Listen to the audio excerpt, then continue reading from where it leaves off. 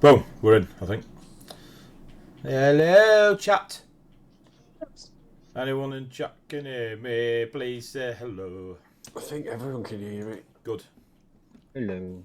We can hear you. Boom, and they can hear you as well. Right. Hello. Oh, we've got Sirenscape. We're back. We have got Sirenscape. And do you know why we've got Sirenscape? Rhea, Althea, Rhiannon. Yeah. Brian. What's happening? Tell me. I don't know the news. You don't know the news. You're a liar. Are you going to go with that one first, or do all the other ones? Fuck all the other ones. How many sponsors did you rack up at the weekend, Daily? Oh, just Sirenscape. Just Sirenscape, okay. Yeah. So we can now... Chaotic Grey's in America, so fair play if he flew over to say hello. Yeah. Right, we will get there. But, so welcome to Heavyweight Gaming. Mel in the chat. Mel is in the chat, don't worry. You can chill. You can breathe. You're good. Mel's already on it. There's already links going up. Thank God. Hang on, there's something wrong with Eddie's window. What's that ring doing there? It's nicked, mate. Don't worry about Roughworks. It's nicked. Is that it every It's not his every head. Yeah, Nick doesn't normally watch. He's normally in a Oh, bottle of Jameson's, wishing he had long hair again. So, welcome to the channel. If you're new to it, great. If you're not, well, good. You should be here every Monday, loyal and ready to die for it. So, if you want to follow us on social media, we're on Instagram. We had a lot of Instagram and a lot of Twitter and a lot of Facebook going on this weekend because we just got back from the UK Games Expo. It was at the NEC in Birmingham. It was amazing. Me and Eddie walked around looking good, correcting people that we weren't actually related or, in fact, the same person. So, the further we stood apart from each other, the more confused folk looked because they couldn't focus on us at the same time. But yes, it was really cool. I can confirm Eddie was not a cardboard cutout. He was indeed with me at the weekend, as a few people asked. He's got the same smile in every picture. The same face. Hey, I'm going to send cardboard cutouts of myself to those of random people. And then every now and then, he's going to throw me in there to see if anyone notices. Can that be one of the first prizes in the charity stream? Like, Cardboard cardboard cutout. People start asking me for money back. No. So go look for us on like Instagram, Twitter, and Facebook and such, and you'll get us shouting and taking the perfect selfies that you can possibly see. We've also got a Discord channel. Come and join us on Discord, and we will talk to you, and you can talk to us about all things Discordy or geeky while you're there. We've got lots of different channels for lots of different games, artwork, little reading corner for suggesting books to read, streamers to follow, etc., etc. It's a cool little community. It's got bigger and bigger ever since we started, and it's cool to just have more people in there saying how do you do and gravy time every now and then. So yeah, if you want to catch up on 4,200,032.6 centimeters of story time, go to YouTube and it's all there. If you like to drive for a living, or you drive a long time, or you like to chill out and you're big into your audibles and podcasts and such, if you go to Spotify and search for Heavyweight RPG, there are two podcasts that will show up. One is Fables Among Titans, which is the Tuesday, and one is When Glory Is Not Enough, which is the Monday, the one you are watching now. Look, follow Spotify. They're all up there, or at least they get released pretty regular thanks to the fine efforts of Ricardo and Amelia. I will say Ricardo is slightly smashing Amelia out the park, and not in the way that you think, you perverts. But yes, so go check it out on Spotify. We've already had a nudge today that someone new to the stream has been listening to the podcast and messaged me on Instagram to say they're loving it. I was going to say, there's been like a lot of new plays today as I was uploading episode 72 for tomorrow, or 71 to go live tomorrow. I've seen that someone's been on and is catching up quite quickly. I think, Mel, it's Tim from your Tuesday lot, from your Preston lot, sorry. So yeah, I don't think, I know. Psycho Goblin Dice person, yeah. But yeah, so they're enjoying it, so that's cool. Go check him out. Tim is a good one. I met him at the weekend. He's new to it, very hyperactive, loves dice. I mean, he's in the best of it already. So, we've gone now, we've done the social media sponsors. Coyote Grey are an incredible artist, chibi artist. As soon as I saw his tokens, if you go to Roll20 Marketplace, put in Coyote Grey, you'll go to his chibi packs. He's got an absolute ton of them. They're super cool. I love that sort of like artwork. I love chibi artwork. Fell in love with his stuff. Got him to do the artwork on Tuesday for their cover art and their personal tokens. I also bought his Cyberpunk chibi pack straight away. I use it at my Cyberpunk games, and he's just released an apocalyptic one. Also a badass, and a deck of many things, one that was released ages ago, but it's super cool. So just go check him out. He's amazing, and he'll be doing some work for the Kickstarter, which we will shout more about at another time. We kindly use music for our streams, like ambient sound in the background. And 4 or 5 days ago, we had an unofficial sponsor, and we called them Sirenscape. Now let's fast forward a few days. We now have an official sponsor from Sirenscape. They now love our channel so much, don't quote me on this, that they are willing to sponsor us. So yeah, we met them at the weekend. We met Steve, the Dwarven Bard, who is an absolute legend. Really cool person to speak to, and we had a really nice conversation about sensory stuff and how Bardic used candles, and obviously Sunscape used sound, and it was very cool to just swap notes really. So they're very nice people. We're very, very honoured that they've officially sponsored us, and they'll check in a little bit to see if we've ruined their name or if we're still nice people. So yeah, so we're very happy and very humbled that they have accepted me, Mel, Eddie, and half of Bardic to lean on them to say sponsor us now. Has that been activated now? No. Oh, so I still can't listen to it. No. 3 days. I got to give Steve 3 days because they've got a 3-day holiday after the expo, and then you get to listen to it. You listen to it afterwards. What's up with you? It's not the same. Selfish. That's what. Use your imagination. So. You will see a 2 on a blue dice. That is 2-minute tabletop. They do hand sketch maps. They're super cool. They don't sponsor us, but we saw the maps. We thought we'd give them a go. So we're using them for this campaign so far. We may change, we may not, but we're using 2-minute tabletop at the moment. They're super cool, very quirky, and I love their maps. So yeah, we'll see how they do. And we also got to see Loki Battle Maps, who sponsor pretty much every other show, and we use their maps in every other campaign we've got going. That's it. They all use them. I use them. Super cool. I cannot. Atypical Arts. It's gravy time. I could not. I literally went black. I was like, how many letters just showed up on my screen then? Thank you for the follow. It's gravy time. So yeah.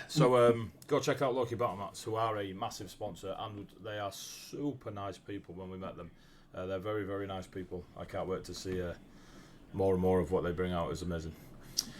Is all of it? Is all the sponsory stuff? Right. If you go to DM's Guild, there's 2 things on there. 2 source books that we created. A lot of nerds who are associated with heavyweight gaming and artists. And they created Tasha's Heavier Crockpot of Bits and Bobs. 81 pages, subclasses, spells, artwork. Everything a TTRPG player needs. Go check them out. Less than $10. It's 200 copies Biggie. Plus sold. Really, really cool piece of source material that got released recently is Frank and Kenzie's Tradesfolk Compendium, which is a bit of a homage to all the small businesses that tower over ourselves, but they've helped along the way. They've had a bit of faith in what we're trying to do and stuff, and they've thrown some stuff into the things we're doing, and it's super cool and super nice and humbling. So this source book has got a lot of content in it, with a bit of a homage to them, and some Easter eggs about friends and family and streams and sponsors and such. So that's cool. Less than $13 again on DM's Guild. Go check it out. I haven't checked the last number, but the last number I'd seen was like 4,006,000, so there might not be any copies left. But go and have a look and buy it. It's super run cool. out of that digital source book. We've run out of PDFs. We've run out of PDFs. PDFs. You want to start buying them in bulk? There's some nerd comedy right here, Ray. I don't normally get to I'm just happy to be here. Can I really quickly do a quick DM's Guild plug? Go on. While you're on DM's Guild, downloading the other 2 wonderful compendiums released about the world of Colossus, please type in Uzi Does It.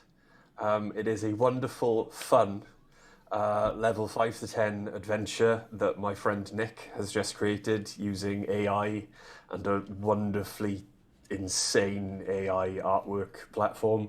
It is pay what you want, but it's called Uzi Does It. It's all about jellies and oozes and gelatinous cubes, and I've already downloaded it, and it is very, very fun. So check it out. It's like a 3-session adventure. Ours isn't pay what you want. You will pay $10 for that book. Or you won't if you're that aggressive. Look, we've all got us different sales styles, all right?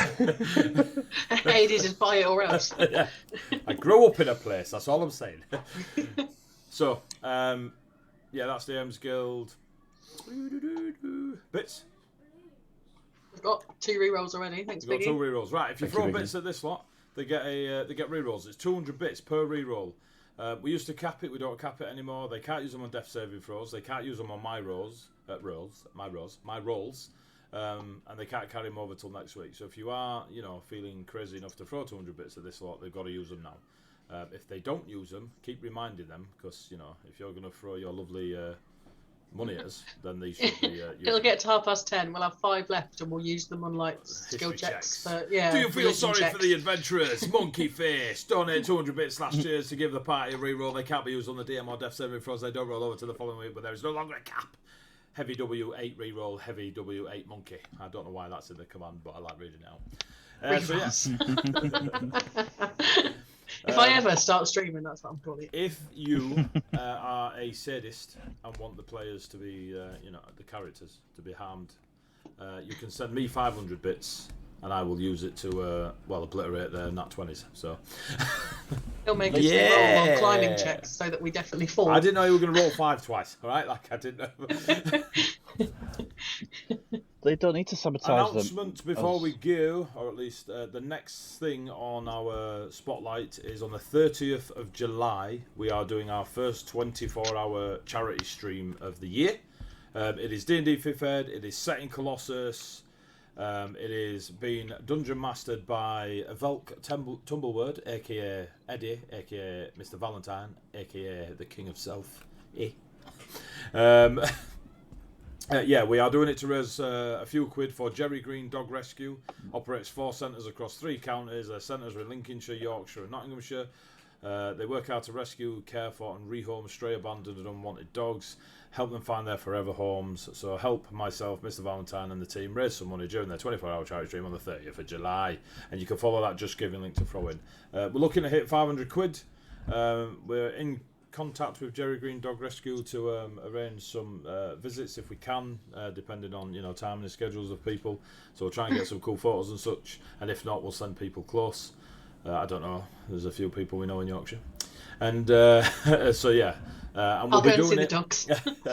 I'm here for every week. I never said that. And we'll be doing it around a table. So yeah, so that'll be super cool. Right. I think that's it, unless somebody dives in and says otherwise.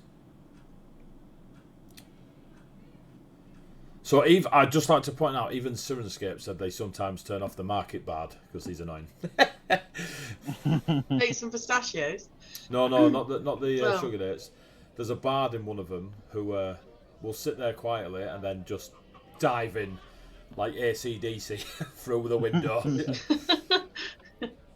There's also one, and I think it's like if you're in a busy marketplace or busy city, and you've got the posh, and I think it's like upper class or posh crowd, and it's sexual. There's a woman in the background, and you'll hear murmuring, and then What's sexual I about recommend finding it on Sirenscape. I think that's just you, right? that? No. We had to turn it off That didn't because sound everyone sexual kept to me. laughing. It didn't. Interesting. It needs to be deeper. Oh no, I need to find this now. Yeah, go on, Mel. Go find it. Right, let's not do this. Right? Do So, Do it, Mel. you lot, Special Forces. By the way, we don't have the beautiful Hannah tonight because she's working. So, boo. But yeah, Rubbish. sponsored by Yazoo. We're not, but we should be. One day. That's the next one, is it? That's You've the got next one. Sirenscape now. That's I'm the off next to one, a isn't it? milkshake con next month. I working used to your way work up for to a pub Bisto. that was sponsored by Yorkshire Tea. Oh. So. Oh, why did you leave? Why the fucking hell did you leave? Right. Because it was in Milton Keynes. It's in Buckinghamshire. Why is Yorkshire sponsoring Milton Keynes? It was Yorkshire Tea. They sponsored live venue week or something, live music week. Moving on. Yeah. You are in the town of Clay. You are currently. Ignore the rest. If you want to know what happened the previous 13 sessions, go listen to it. You were. Hey, Psycho Penguin Tim! I told you it was Psycho. You're not Goblin Dice Person Tim. Thank you, Psycho Penguin Tim. Yeah. You are in the town of Clay. You are currently trying to scout out the posh villa in the town that is used for the patron of the Feast of Stars. This time round, it is Gluttonius, a hungry dwarf. Not a hungry hippo, hungry dwarf. Although we should totally make a heavyweight gaming hungry dwarf game. You have gone together, your masterminds, and come up with a plan of making the sorcerer invisible, standing 20 feet from the villa, and sending them over the wall like the special forces Colossus needed. Or was stuck with. We haven't decided yet. Not the forces they needed, the forces they deserve. Whilst in Clay, you have done some arm wrestling, you've met some friends. Batiatas the Rhinotaur is loving life, seeing his old friend Althea. You beat a sea giant in an arm wrestle, which was, Velk's guns definitely helped there. But yeah, you're having a whale of a time. There is a feast to be held that evening, but before then, Etheria hopped the wall, invisible, 4 windows in front of them along the western wall of this villa, looking in every one of them like a good adventurer should. In turn. Looking in the one on the far right, you notice it was a kitchen. And with your 17 rolls of nothing above 5, you managed to possibly get discovered and see nothing in any of the windows, in any of the rooms, no secret gems or nothing. Etheria just walking in the villa gardens. What you did see is a creature with no eyes and no ears that was apparently sensing you through flicking its tongue out into the air and smell. You are convinced, when you looked into the window on the stones crunched beneath your feet, that it reacted and is now and stuck its head out. It appeared that the sunlight burnt its skin, or at least damaged it, but it didn't care. It just carried on trying to sniff you out. What you did notice before scooching away is that it had a large cooking pot and it was filled with frogs, snakes and rats, seemingly alive, being cooked, boiled, stewed alive. Rushing up the western wall towards the northern wall, you got to the last window and you peeked in to see a Escravai elf, a elf that is usually they originate from the below, the beneath, and you don't recognise them. Etheria doesn't recognise you, only recognise the other one. They have their hair goes from white to charcoal grey to black, and kind of as they're rolling over it kind of changes colour. Their skin is of a nightshade blue. They are in a similar coloured kimono that is kind of just loose and open as they're relaxing on a long sofa in this lounging area of this villa. Walking towards them, holding 2 goblets of wine that she then passed to this nightshade skinned elf, is a auburn-haired, hazel-eyed, long-eared summer elf, known to you as Lady Akiku, Summer's Wrath, the head of one of the clans in the Ver Dynasty, and sister to your clan head, Lady Akiku. Akiku is who you see, and Akiko is a sister. I really thought this through when I paired them up. I was going to say, what were you thinking? They're spelled completely different, but when I say it... So you know who Lady Akiku is. You don't know who the nightshade-skinned elf is. They pass a goblet of wine to each other, and they seem to be quite relaxed in each other's company. Both their kimonos are, they're not tied and fitted, and there's no formality here. You are definitely aware that you are spying, if by accident, on an intimate moment. Mm-hmm. You are unable to send message or magic to your friends because it was line of sight, I believe, was a spell you thought about using, but it was line of sight. My ability was, yeah. Yeah. I could send a message, but that would break my invisibility. Yes, because it was cast in a spell. Yes. So, we will go straight into you peeking through the window at who you don't know is called Gabriel, but chat is all over it, and you may have bumped into them in a 24-hour. But Gabriel, the Escravai elf from the Beneath, and Lady Akiku, Summer's Wrath. one of the clan heads of the Ver dynasty. And you're just peeking in. And you can hear the sound of the town, which might be very loud for the chat. I click Bard's Day off and there's still some guy coming around singing. So, what do you do, invisible, stealthy, not so much Etheria? I invisibly blush. And I'm kind of shocked, trying to think what the hell do I do now? I'm gonna sit under the window for a second and try and think For 3 minutes. Where to go. Yeah, for 3 whole minutes. Okay, while you are sat there thinking, it's been about 10 minutes since Etheria left you. I mean, they only walked 20 feet and they were at the target that you were trying to infiltrate. What are you lot doing amongst these? Samson? Sam, what are you doing?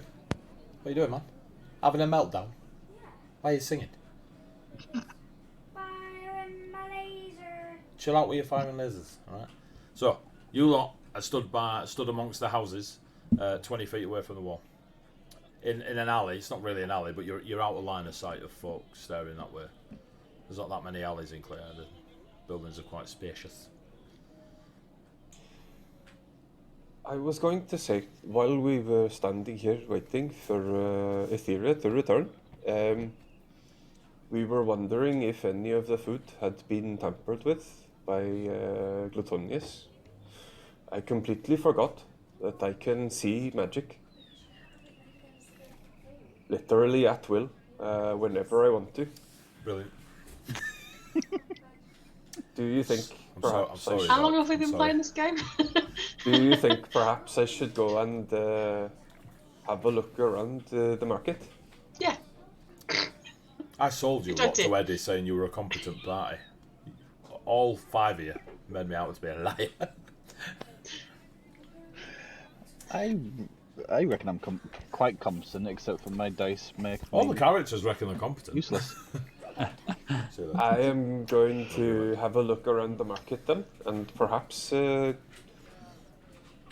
will find another drink. So I look at my empty tankard. I'm gonna go into the market on my own.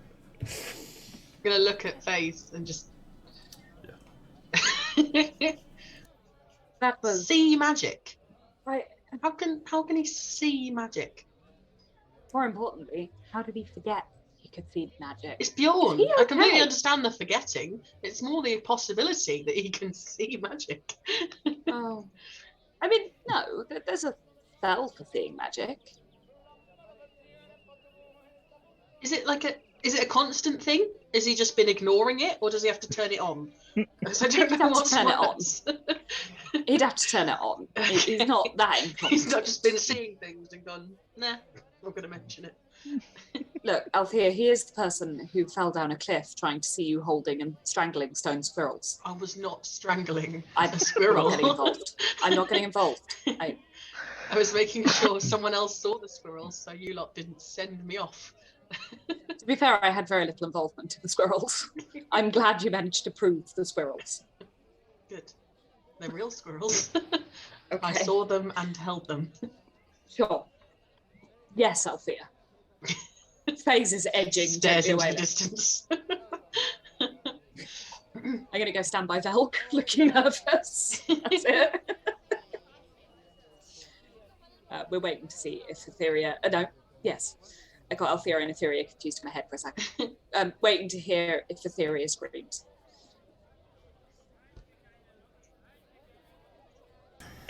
So, you're waiting for Listening for a Etheria to reveal themselves, did you say? Scream. Scream. Etheria does not scream. Bjorn, you're doing what? So your Eldritch Sight, is it? Yes, I'm gonna use Eldritch Sight to activate Detect Magic, and just take a wander around the marketplace, seeing if there's any magical effect, which seems a bit dodgy to me, like on the food or the drink, because we're worried about Plutonius. Is it 30 foot around you? Bear with me 2 seconds. Yes. Detect magic is, yeah. Okay. So as you wander back into town, obviously, wishy-washy time-wise with Etheria doing their ninja skills badly. That's why you're a samurai, not a ninja. None of the food's pinging. None of the drinks are, pulling your attention from your detect magic or anything. At least the ones that you're bumping into. There is The ones I'm food. picking up and drinking. Oh, these are fine. You're just minesweeping. You're just going down minesweeping. Well, it's free. It's free food and alcohol everywhere, right? So I'm just gonna grab a drink. Cool. As you keep grabbing the drinks, you feel them after a little while, like you're drinking for free, and I don't care what your constitution is, you're drinking for free. So you do feel a bit warm in the cheek, and a smile on your face goes a bit broader than it normally would, as you feel the effects of the free bar, or free town as it were. But there are a couple of things that faintly are highlighted for your detect magic. The Mamaro elf, the mining elf that summoned their pickaxe. The axe is still in their hand as they are nearby, and that pings. You get the skull on detect magic. Yes, you get the school as well. That's conjuration. Who knew? But yeah, there are a few other elves similar to the Mamaro elf's build and stature and stuff that give off a conjuration aura. It can be possibly that they are holding items that do it, or they themselves have recently cast it, but after seeing one do it, who knows, maybe the rest can. But the food and such doesn't seem to give off anything to your... And there's still people like bringing it from their stalls, laying out like salads and preparing the meats and stuff, and there's still folk cooking on spits and that. Alright. I mean, the entire town is a buffet table, essentially. So After a quick glance over and walk through, I'm going to go back anyway. Cool, we're all still at the bottom while I get given a Terry's chocolate orange. Etheria, you've been thinking. Yes. What have you been thinking about? So I know the layout of the villa is 4 windows on this side. The cliff's on the north side, is it? I don't feel right spying on Akiku. It feels wrong. So I'm going to crawl around the corner and sneak along the north side and see if I can see any other windows. And go around to the far side and see what. So there are like large bay windows on the north side. You can see just peeking around the corner that near the midsection of the north wall there is it's like what you'd guess is a double like bay door that opens out, because when you first looked around the corner you see the gardens and stuff and the wall where it's got a bit of the rubble down, and you assume that's where young Capable told you that you might be able to get in. And it's a garden area on this north side, and you can see the bay doors, but there's another window immediately like to your right, so on the north wall, that would probably look into the lounge area as well, just from a different angle. Yep, we'll check that one. I'll crawl under that one. So give me a stealth check. Yep. Time to get With advantage? yeah, for what it's worth. Oh, fuck's... I'm gonna take a reroll. Already. Oh, You have a separate pool of rerolls for Tony and the rest of the party. I'll use that dice. A lot better. I think, 19. I rolled a 2 and a 7. 4 dice to get a 19. Oh, I didn't re-roll the advantage. I only rolled 1. But the other's 2, so it makes no difference. 19. Again, 4 dice to get a 19. Oh, why do you send me? I asked that question every day since last week. You offered? I think That was your first mistake. It made sense if someone else were rolling the dice for me. Yeah. So, 19. Realising that the stones beneath your feet were probably the thing giving you away on your sneakiness along the western wall, hearing them crunch every time you moved. Dropping down to your hands and knees / commando roll, you're a bit more cautious on the stones, and The second you start to hear that little crunch, you kind of relax, and you are able to essentially pad your way beneath the windows. You do hear the clink of two glasses being, clinked together. Yep. And then you hear, in Elven, you hear them both conversing. Do you speak Elven? I believe I do, yes. You should do. You grew I up do. with the elves. Yep. Never knew a word they said to me. Yeah, I think they were saying sword. Give me a perception check, as you are mainly concentrating on your stealth, but you will pick up a few words. Maybe not. Perception. I've rolled okay, but I have a plus 0. 17. 17? Yep. Notes. I'll keep that dice until at least one more roll. So, you hear, again, more concentrating on your stealth. Mm-hmm. Oh, look at that pink dice, beautiful. I'll tell you. You hear a name and speak of dragons. It is unclear, like you just catch the word dragon once or twice in their conversation, and then they're clearly, probably having a bit of a snog mid-sentence, and it's a conversation that's happening while one is more, their thoughts are on something else and the other one is trying to have a conversation. You pick up the word dragon a couple of times, and once or twice dragons, like it's hard to make out if it's singular or plural. You pick up, the first name you pick up is Sapphire. And you don't know if they're on about a name of a person, a name of a gemstone, because obviously Sapphire, name of a place, but it gets mentioned.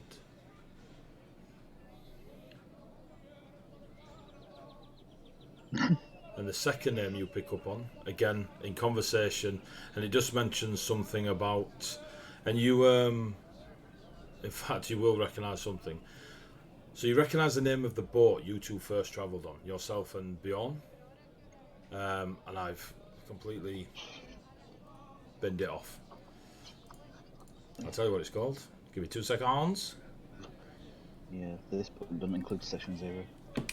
Session 0. The Brazen Pegasus. Brazen Pegasus. I can remember Pegasus, not the Brazen. So yeah, you hear the Brazen Pegasus mentioned, and somebody on it. And the somebody on it is somebody called Serenity.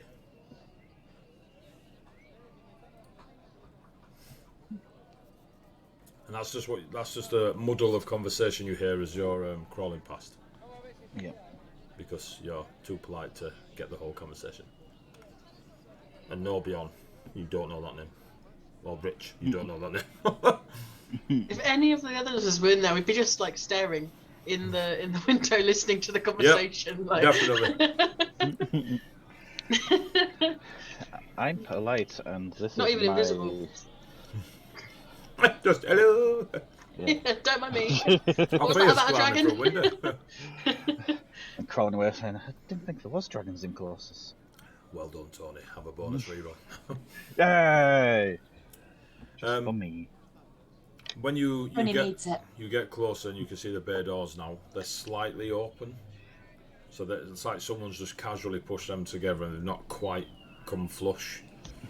But you're a good 30 feet away from the window that was where the lounging area was. Yeah. And you can't even hear the conversation going on, or lack of, should I say. How long did I reckon that room probably was?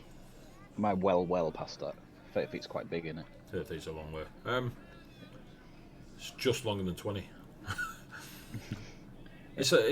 You're probably about... It's like 6 ponchos, isn't it? It don't make it any stealthier if you measure it in ponchos. It still makes it just as stupid. It's probably why it's a stupid place to hide, is you use ponchos to measure it. Can I hide under each of the ponchos as I'm sneaking? Because you bring one with you. I've got a cloak. You have got a cloak. And you're We also hold it invisible. together at the front. Yeah. You can hide No under one what can you see- want while you're invisible. Yeah, no one can see the cloak, including me. Yeah. Okay, so... So you're about 10 feet maybe past the room. Yep. What do I see through the bay doors? If Do you pull yourself right up to the bay doors so you can look? Or you could just see them ahead of you, because obviously you're trying to keep flush against the wall, and you can see they're slightly ajar. So. Assuming I don't see anybody, obviously, like in the doorway. There's nobody out, immediately the there, like that. straight in front of you. The garden appears to be empty, and you can now see the wall quite clearly where Mr. Capable said you could sneak in. Yeah, I'd go until I saw glass, and that can. It's just the glass bit is about 5-6 feet in front of you. It's just you haven't quite committed to it yet. More me saying to you, if you commit to it, if it's glass, if you can see in, someone can see out. So I just want Etheria to be aware of. Yeah, I've been going to the corner of the building and. So you can have a cheeky, get to the bay doors and try and have a sneaky look through, yeah? Yeah, rather than just walk out and look. Yeah. Okay, give me a perception check. Ooh, 19. Cool. Sparkle purple dice for the win. You see Glutonius. Oh shit. I don't say that out loud. Sat at a table. This area is, again, fit into the... You'd kind of expect this to be on the front. Like, it looks like an entrance, hall. It's spacious, there's not a lot going on in there, and it leads to, obviously, the bay doors and out into the garden. So... How big is the garden compared to... Because is a cliff almost up to the wall? That's how I pictured it. It's not far off. So the northern side... So the Clayeye is a port town without being a port. Like, there are obviously vessels that come in and stuff, but it's not used as a port town, not with Buxy Bay down, not Shagaloof down road. But it is... The northern side of it does back onto a cliff. So if you were to hop through that gap in the wall, there's maybe 5 feet between you and the edge of the cliff, but it's essentially as close to the cliff as they could build. And then the eastern wall starts off close to the cliff, but then tapers out, or tapers in, you know what I mean? Inland. And you see Glutonius in there, sat at a table. The table looks out of place, like it doesn't, it's kind of just positioned in this hall. And Glutonius is sat there, and it is just filled with rats, frogs, snakes, all just half cooked, sort of like reaching out, screeching and squealing. Like, you can see the rats kind of just dragging themselves to the edge of the table, and the fat hand of Glutonius just comes over, grabs the rat and just munches through half of it, and then throws the other half, just watching the back leg kick as a frog half limps, its flesh boiling, bubbles and pus just pouring off it. You just see Glutonius ramming it into her face. The snakes are kind of, every now and then they'll twitch and move. Like, Glutonius is full on spaghetti in them. And there's quite a mass here. There's no plate, there's no cutlery. And the rest of the villa is absolutely immaculate. Like, the mosaic floors, there seems to be some sort of mountain scenery on the floor that you can just, like from the angle you're at, spreading out across the mosaic pattern. All around, you can see the columns, the pillars, the internal pillars, and the balcony area above you. It probably looks out again. Excuse me, looks out again onto the garden.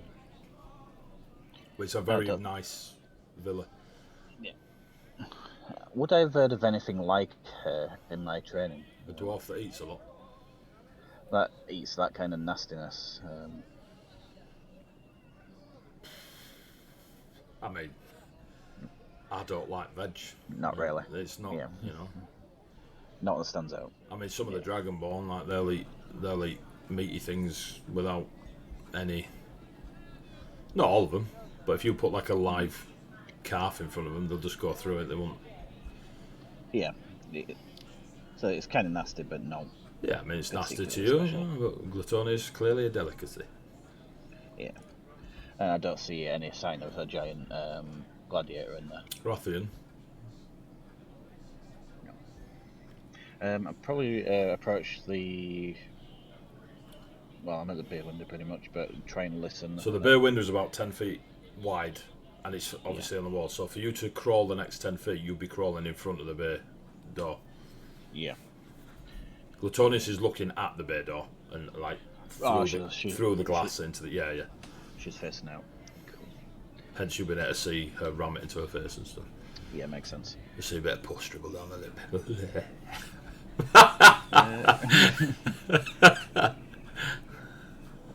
Althea's like, I'll just fight someone on I Sans. don't do pass. I really don't do pass. I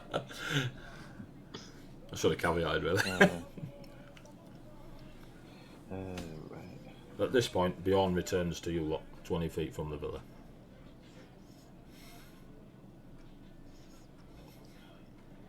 Hello, my friends. It does not appear that the food or the drink is magical.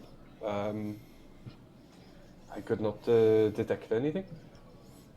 Any more drinks did you get, Bjorn? I sampled a couple. It is free. It's It's Free. Yes, but that doesn't mean that you have to drink it. it would be rude not to partake in the festival, would it not? I like May that also Bjorn's suspicions possibly- are on the food, but not the drink. It may also possibly be rude to not be able to assist Etheria should they need us because you're pissed. Actually, I could have still assist Etheria. In fact, it probably would have been better, now I think about it, that I went in. A, because I would not have been drinking, and B, because the only reason we sent Etheria is because they had the magic to instantly transport themselves from there to here, which I also Yes. have. What? And- Where's all this stuff coming out the woodwork, Bjorn? And also, it probably would have been better to send someone who could, at the moment's notice, fly, which I can. So I was just having a think as I walked around the market that sending Etheria was probably a really bad idea. So when we come up with an idea, we need to give Bjorn an extra half an hour Yeah. just to come to terms with it. Nearly an hour. Nearly an hour. Not an- That's it. Not an extra half an hour, maybe a drink and a think. Hey, Bjorn, hold that thought for a moment, and I'm just going to grab Althea's hand, tug her over out of hearing range for a second. Raya flies off at this point. She's had enough. Just out. Raya's I'm gonna- going to go scout. So you watch Raya spread her wings, who can also fly, and she flies away. I will follow Faze, but still looking at Bjorn like. I will Okay. straight up follow those two as they try to walk away. I'll grab Velk by the hand as Faze I drags just me. laugh. Like, I'm gonna stay where I am, lean up against the alley wall, just finishing looking your at the drink. villa, just finishing my drink. I have come up with an interesting punishment for Bjorn for being a numbskull. That's the most important thing to think of right now. we're gonna have a little trial here. No. How many times do we reckon we could get him to run into the marketplace and back with various things? Because we're waiting for Etheria and there's nothing else we can do to help at the moment.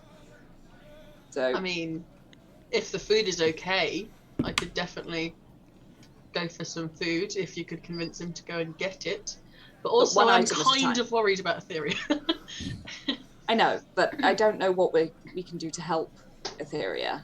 I'm tempted to just look over the wall to see if I can see her or her body, you know. Like, You want to boost me up to look? How would you see Etheria? The Etheria is wall- invisible. That is true, but the wall's 6 feet. Althea could probably just. I could Yeah. But, I'll just get Velk. Like, yeah. as you even look at me, I'll be like, Althea thinks she shouldn't be concerning herself with Etheria. The correct person is in the correct place. Whereas Bjorn thinks, or Bjorn's feet are an hour behind him, Etheria's feet are firmly in place. At least someone's got confidence in me. I think. Thinking, Althea.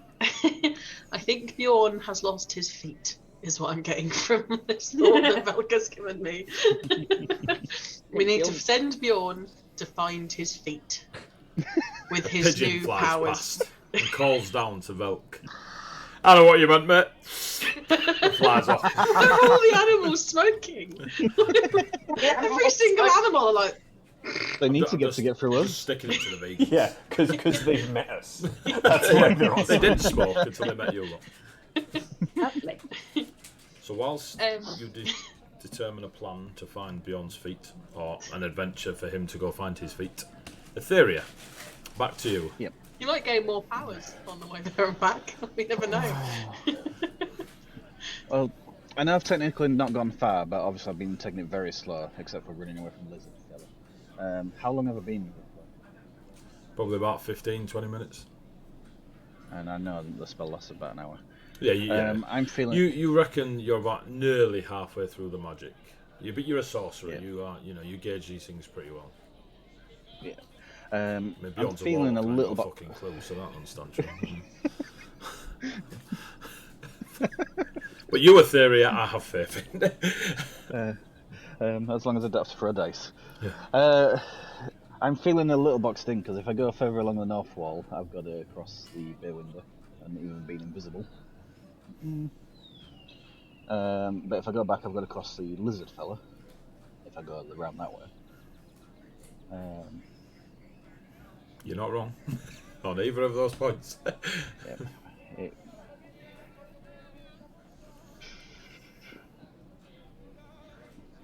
I don't know what ability she's got. I'm probably going Go on, to. Etheria, solo Glutonius. Take all the XP for yourself. Come out level 12. It's completely thrown me, Akiku being in there. Aye. But Good, innit? yeah. I'm like, oh, this is a bad guy place. There's bad guys here. I can do this. Oh shit, what's she doing there? I know my job.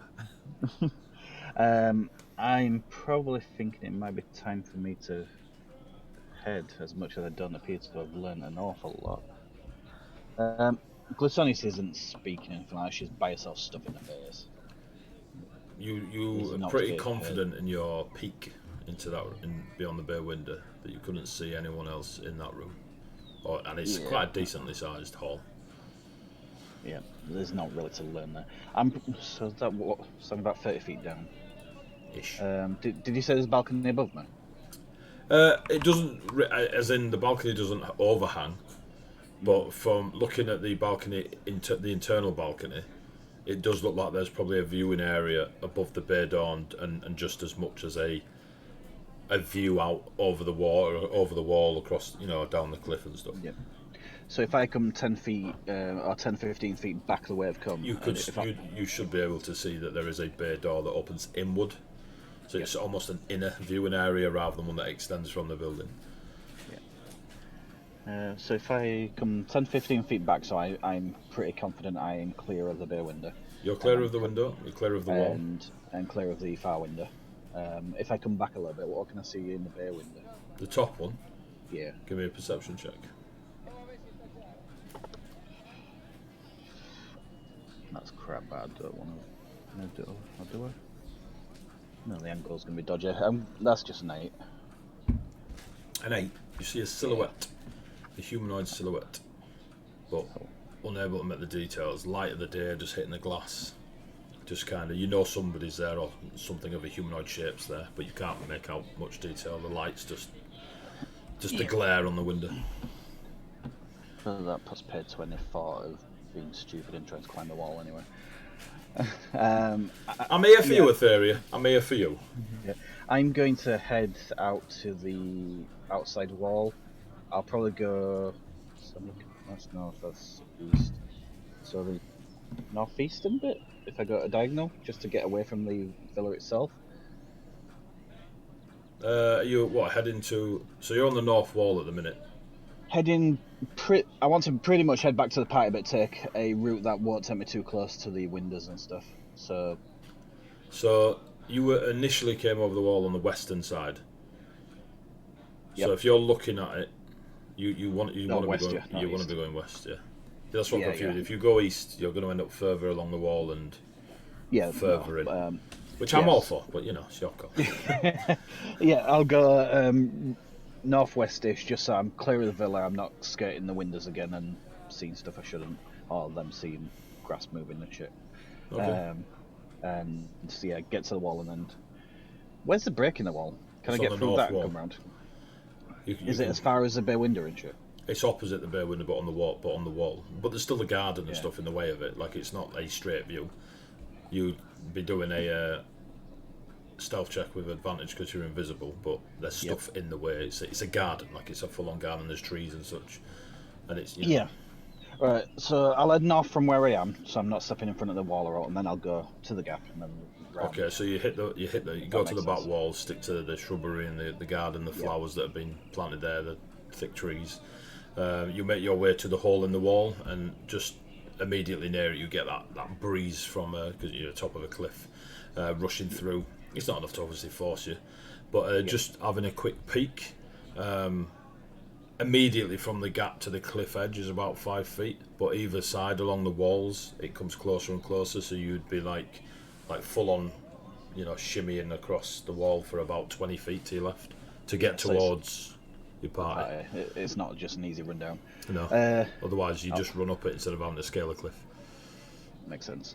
Yeah, I'll think sod that, and I'll go down the inside of the wall and go back to where the party is. Okay, give me a last stealth check And hop over the wall.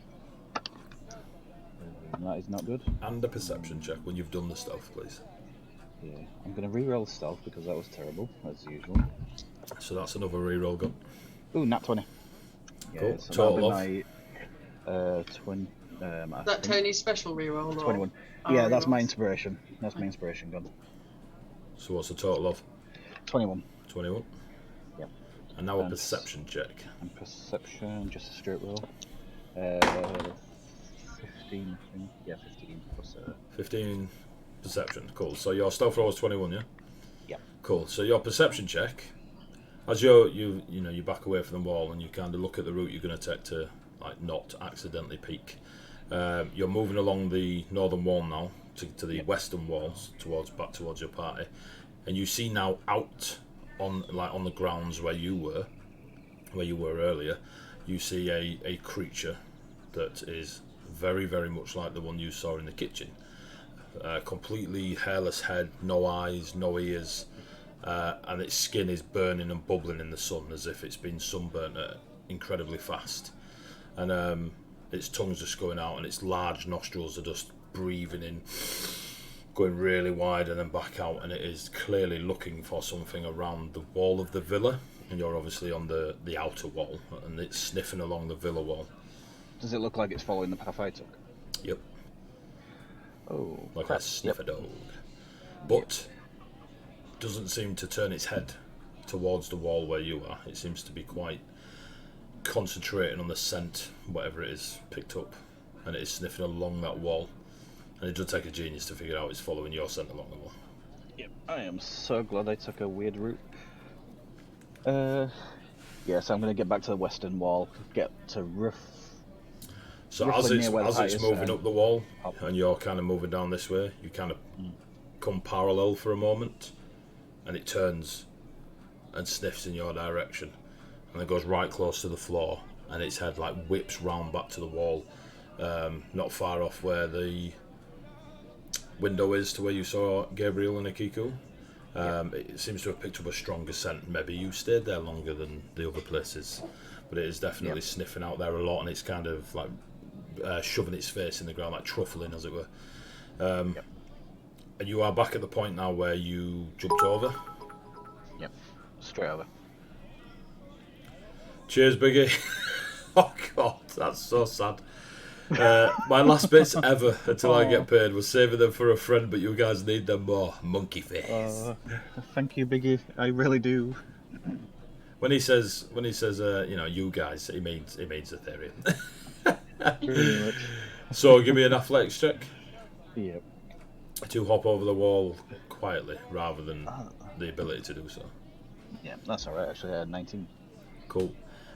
Still invisible, you hop over the wall. It's been about 40 minutes, 45 max, but you are now over the wall and you can see the gathering of buildings 20 feet from you that your friends were hiding in.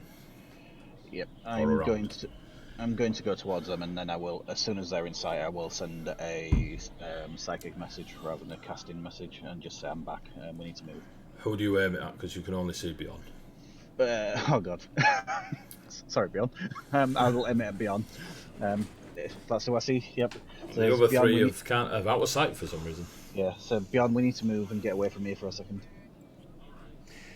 Everybody, I think Etheria is back and is telling me that we have to leave. We have to It's go another one of your somewhere magic and- powers. Oh. No, I think Aw. in fact it is perhaps one of hers. Okay. Then let's. Where's Etheria?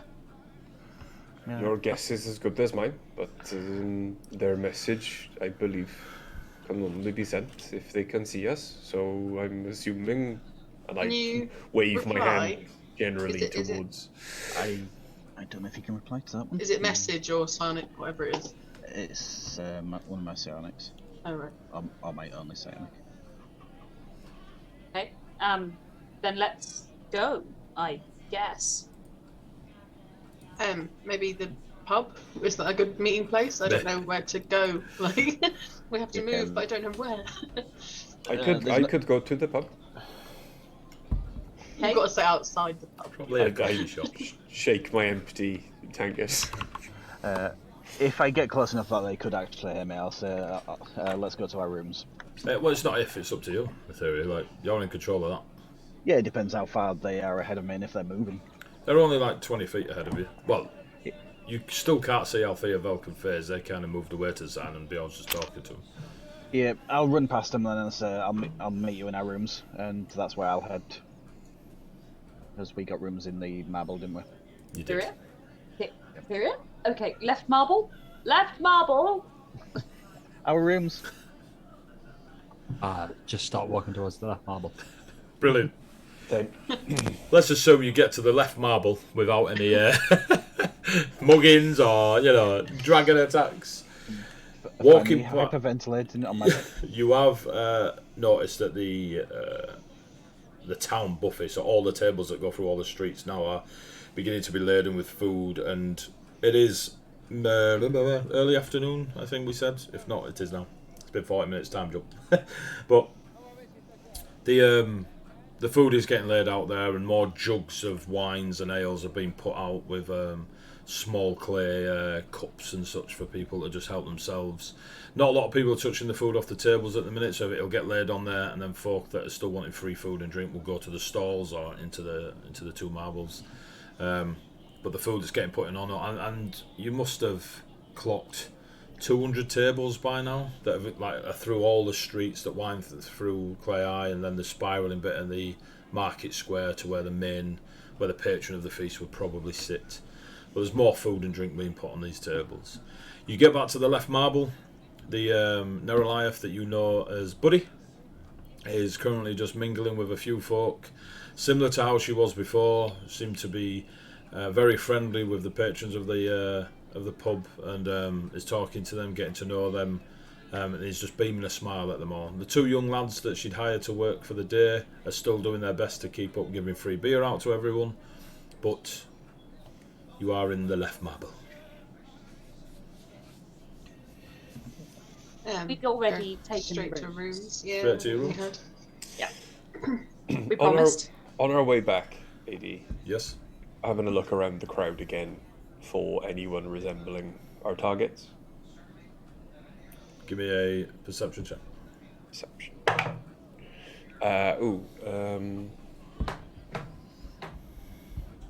16. 16.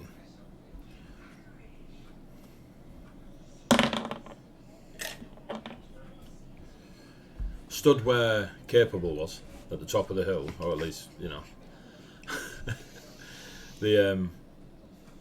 you see a pretty tall, athletic-looking chap, more dancer athletic, rather than lifting. They have a beard of a similar style to yourself, but it is blonder. The hair is loose and let around. It would be long and could definitely be braided as such. A lot of the Etorians keep shorter hair, or at least tie it back a lot, just for the heat. But you definitely see someone resembling somebody from the lands of Viconia stood up at the top that stand out, and they have a look about them that is dark and anyone that they seem to lay eyes upon turns and walks the other way. And they're just stood at the top, unarmed, it seems, unarmoured, it seems, just in the fashion of Atoria. However, the rope belt that they are using reminds you of Hun. Do they fit the description we were given of Gunnar? Yep. Okay. Apart from the hair being loose, but yeah. Just before we go into the marble then. You go inside. I think I should get some more fresh air before I join you. So I will stay outside for now. Are you planning to do anything stupid? I am just going to stand here and lean against this wall and watch the crowd. Do I believe Bjorn? It's entirely up to you. Do you distrust him enough that you want to insight check him? Yeah, I do. Okay, insight check. Bjorn's done some very weird things. Well, generally in an honest way. Bjorn is also drunk, so I don't... Yeah, He's not drunk, he's just aware that he's, Merry. that he can see really well. 14 on the insight check. He's not really lying. He's going to stand there and watch the crowd. Okay. I'll pat Bjorn on the shoulder and be like, okay. Wander into the marble. I will stand next to Bjorn, smiling.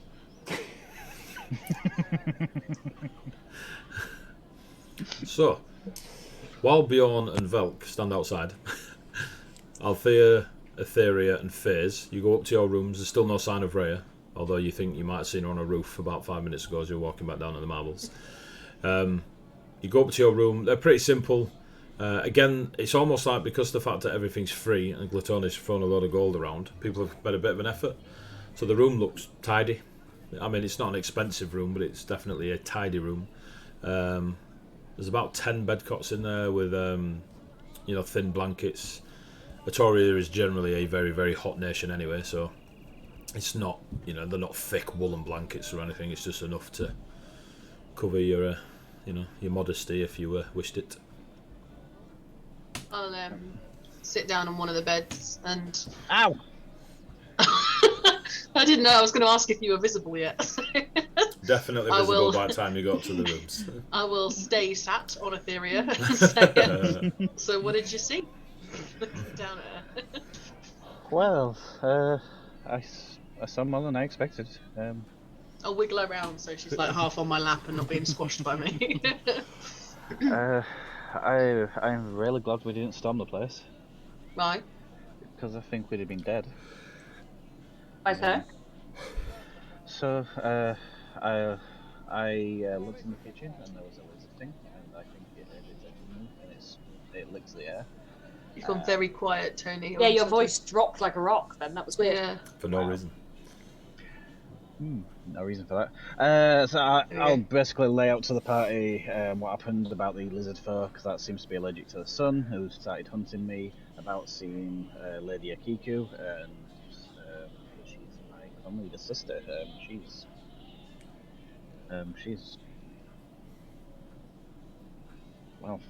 Akiku. So Is he generally a good person? she's a clan leader. That doesn't mean anything at all. Is she generally... What would she be doing in the company of Plutonius? She I'm wasn't on fairly the sure celebrity. is not a good person. No, she wasn't on the celebrity guest list. Like, people don't know she's here.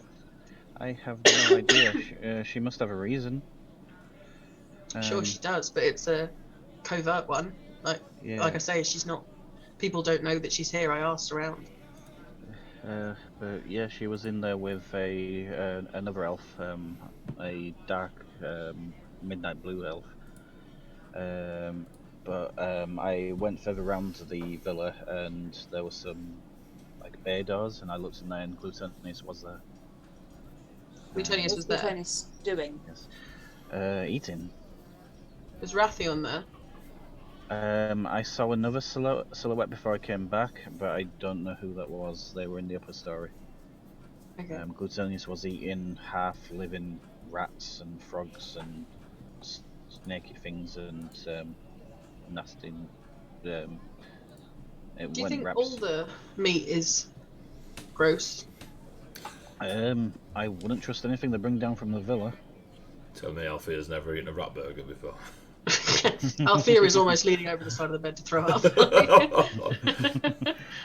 Well, them wraps seemed okay, but I definitely would not trust anything that comes out of that villa. Never That eaten lizard food thing again. was throwing all the stuff in the pot. When I decided to leave, I didn't. I think I pushed it as far as I could, and it seemed to be hunting me in the grounds. Well, the sniffy lizard thingamabob. Yes. That's something to be aware of, at least. Um, I mean, if they, there's not a lot we can do about how we smell. It's going to be. I don't think I heard anything of use as such. Gluttonius was just stuffing their nasty face. But you did learn who was there. I mean, that's... Yeah, a vague clan leader being there is. I don't know if it's worrying or reassuring. It's worrying because they're very powerful and they are obviously pally with Gluttonius, pally enough to be staying in the house. That's not reassuring at all. Sorry, No. Althea. Yeah.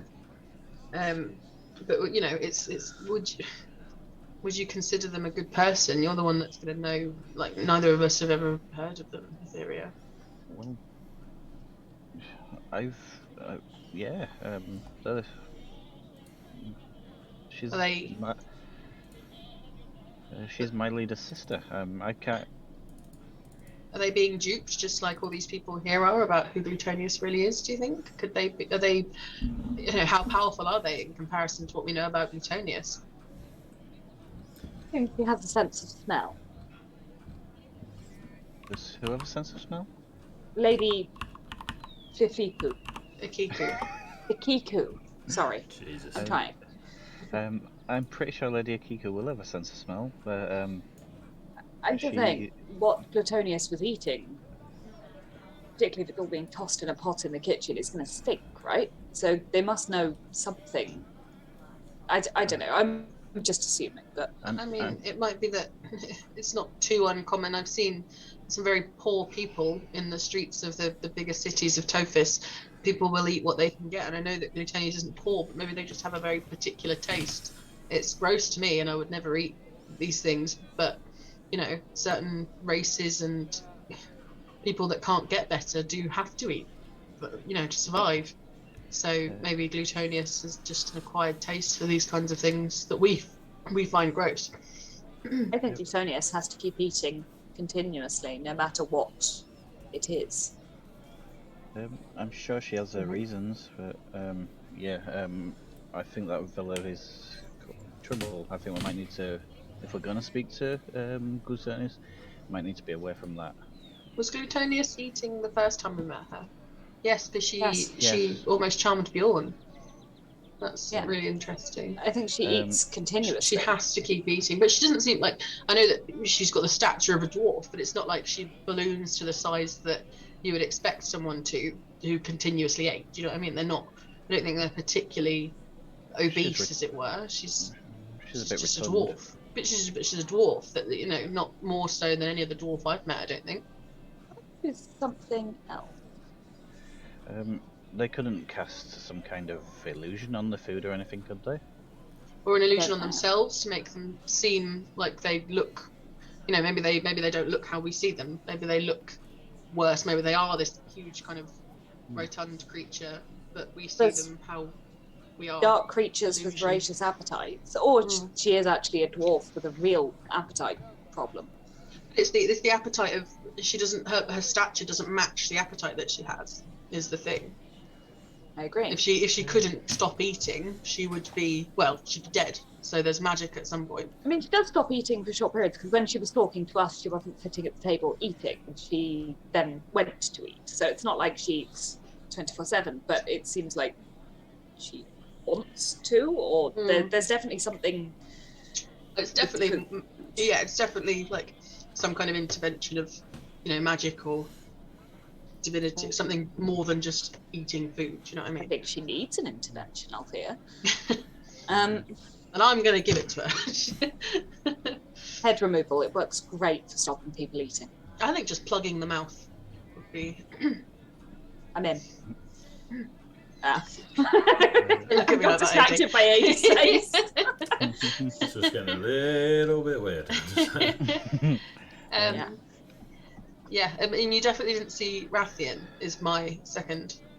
Like I don't know. There was like I say, there was a silhouette in the top window, but I'd already probably outstayed my welcome. Get any kind of like stature, or I know it's a silhouette, but his presence is really sort of worrying me. That's the thing that I'm focused on, because why on earth is he here?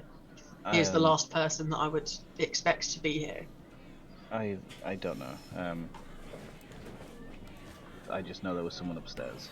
I didn't see anyone in the Grand Hall, which was a stark contrast to Glutonius and stuff, by the way.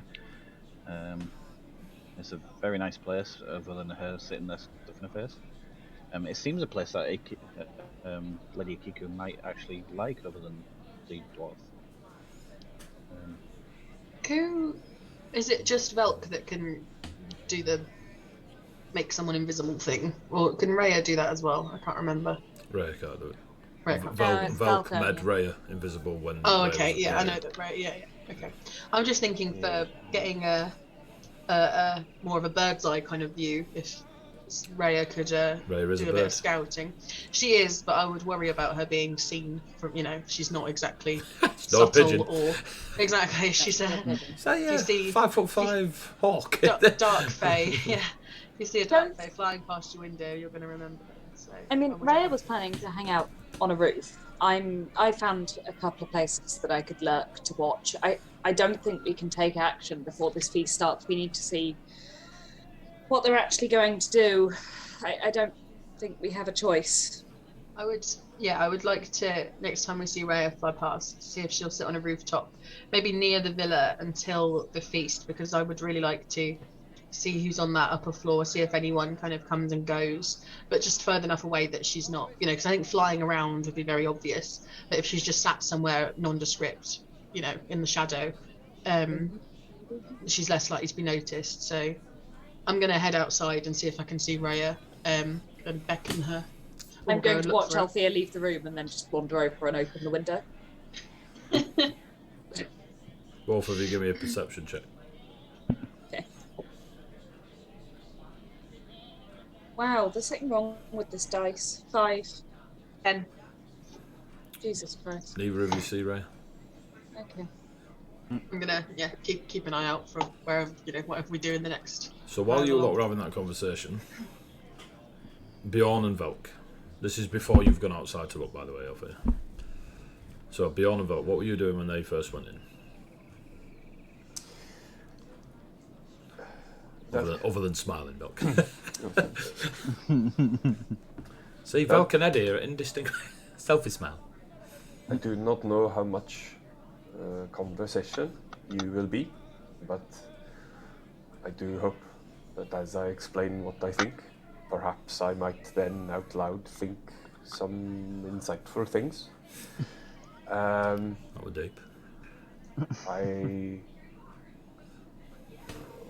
unfortunately told a lie, or a little bit of one, to our friend Face when they went into the marble. I have a purpose for staying outside here now. And more surreptitiously than I did at Capable, I'm going to nod in the direction of the person I think is gonna... Give me a sleight of hand check. Okay.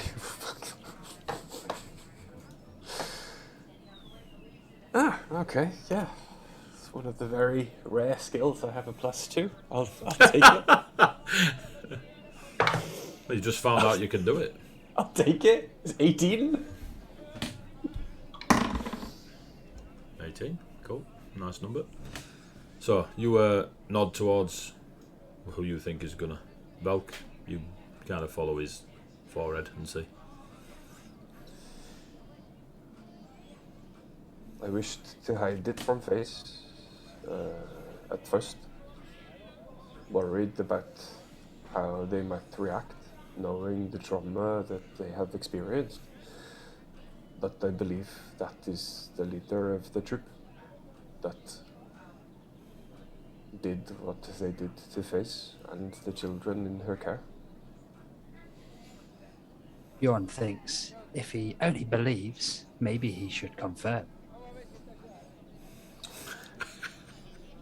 I wanted to try and confirm, but I believe the only way to do so is to introduce myself as a fellow Viconian and ask. A plan starts forming in Bjorn's mind about writing a letter to this person and getting somebody to go and to deliver it to them in front of his own eyes.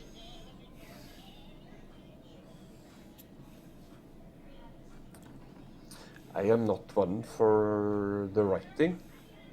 Bjorn You thinks see him. Go on.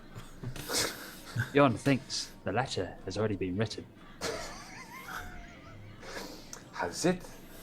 That is a wonderful coincidence. Give me a perception check, Bjorn. Okay.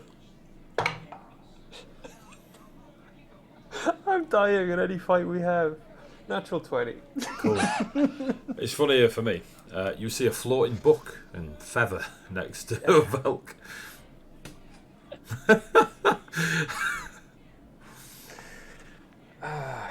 I'm just gonna. There are kids like in the. Oh in yeah, the it's a crowd full-on. and It's stuff just a like town. that. Mate. It's just a. As they run past. It's not a I'm grand just gonna- town or anything. It's just a. I'm just gonna take out like a couple of copper, and hold them up and gesture. One of the kids running over to come closer. Give me a persuasion check. Okay. Persuasion. Yep. You charismatic thicker.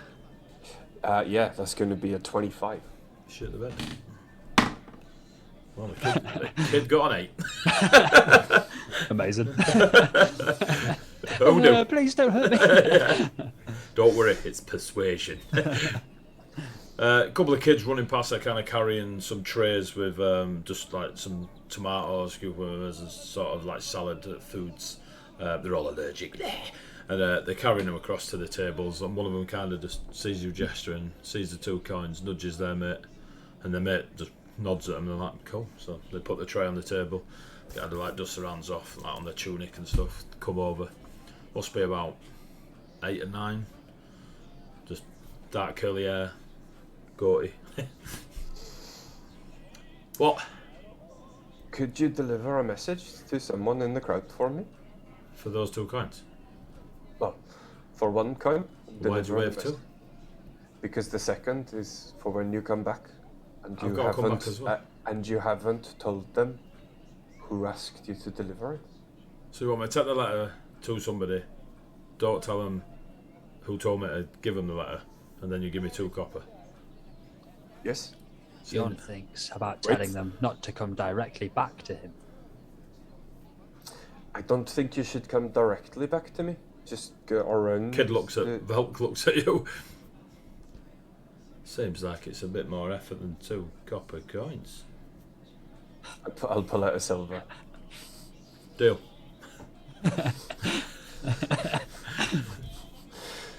Oh, got a bit Mission Impossible there, Mr. Beard. So I'll give him the 2 copper and take the written message from Velk. And the silver on the return, yeah? So if you Yes. don't want me to come directly back to you, where do you want me to go? Just do a zigzag through the crowd. Okay, it's a well-known manoeuvre. Bjorn thinks he'll wait round the corner. I will be waiting around the corner for when you return. Looks at Velk, looks back at Bjorn. Which corner? Looks at Velk. Oak starts walking and then stands in a spot out of line of the person Bjorn pointed at. Okay. This one. Go on then. Oh, what am I taking it to?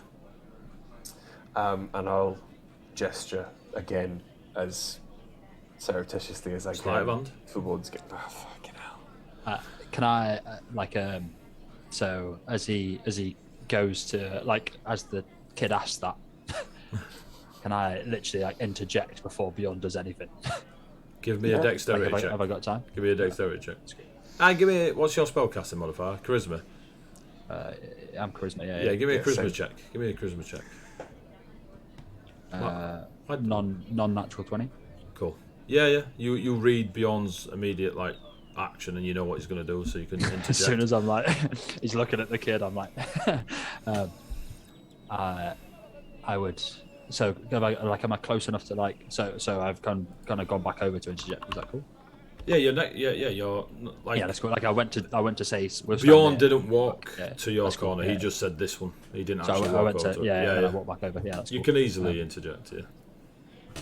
Bjorn thinks we should discuss around the corner. We should probably discuss this around this corner. Come. And I'm gonna go around the corner. Bossy, aren't you? Kid follows you.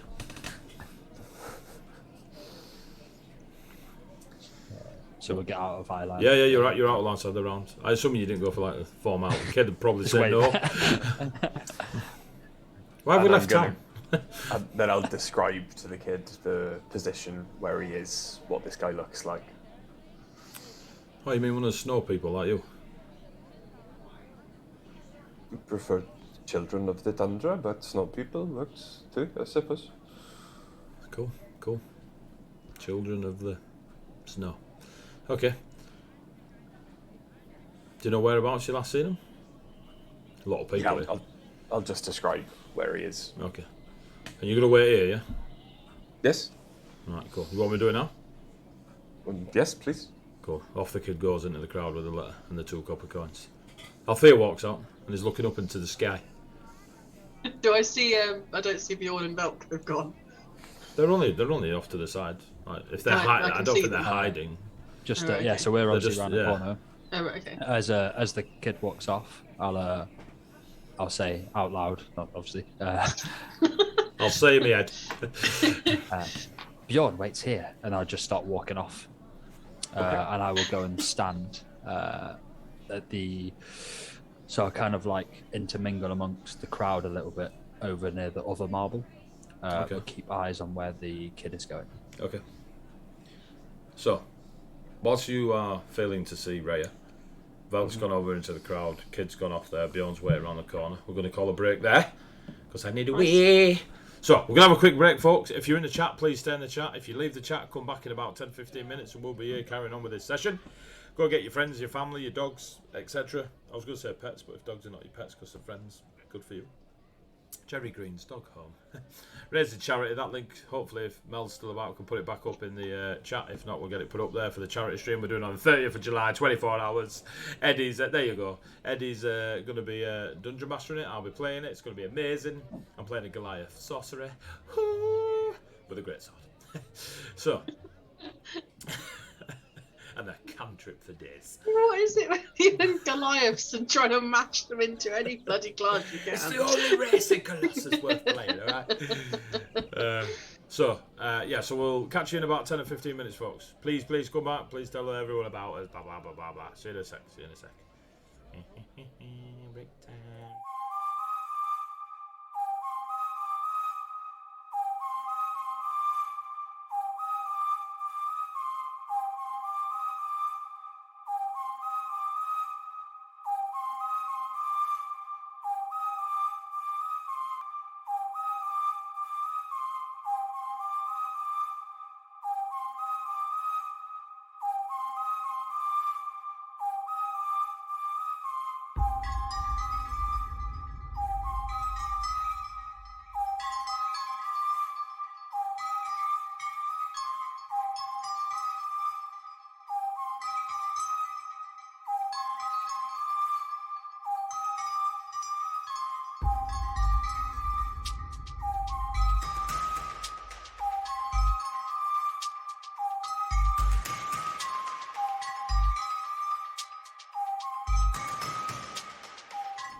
And then I pulled it out.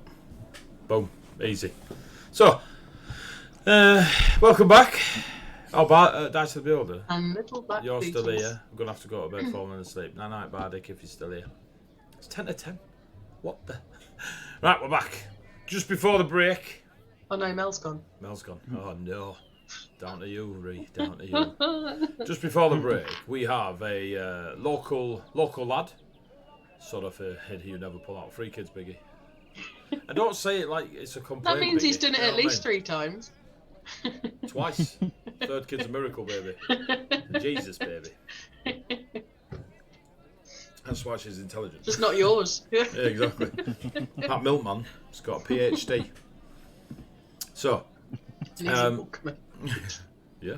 You don't have to use it, you know. You're just living life, do you know? Oh, I know you don't have to use your degree, don't worry. Do not mock. I can't believe you're taking piss out of milk. I'm lactose intolerant. to be fair. Dunstable Danny. Hey. Hey, Dunstable Danny.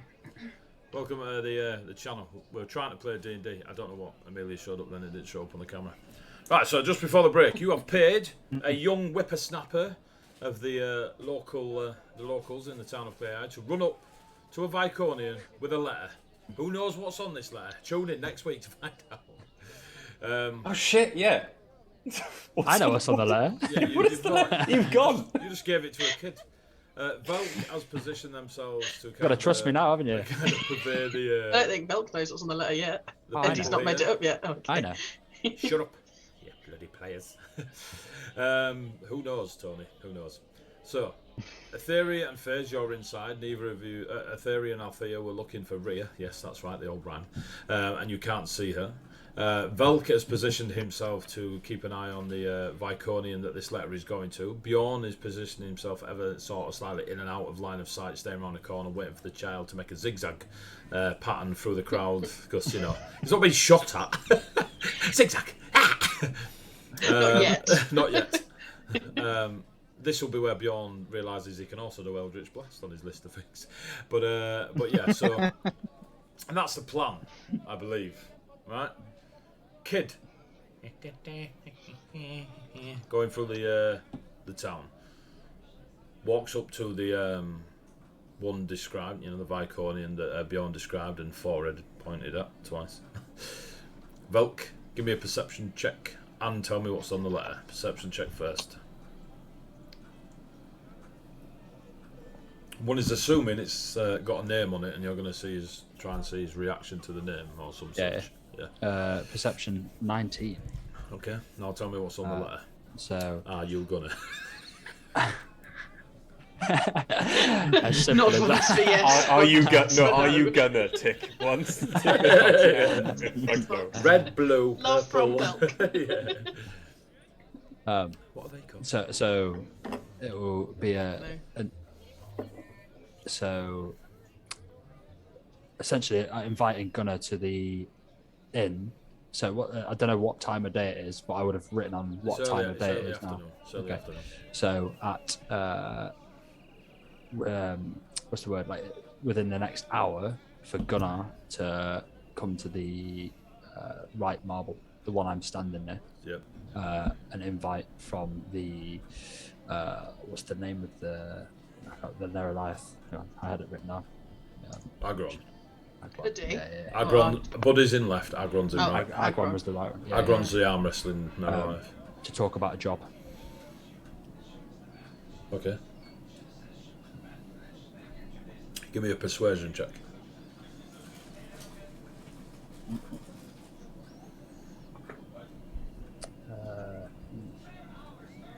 That is a 11 plus 18.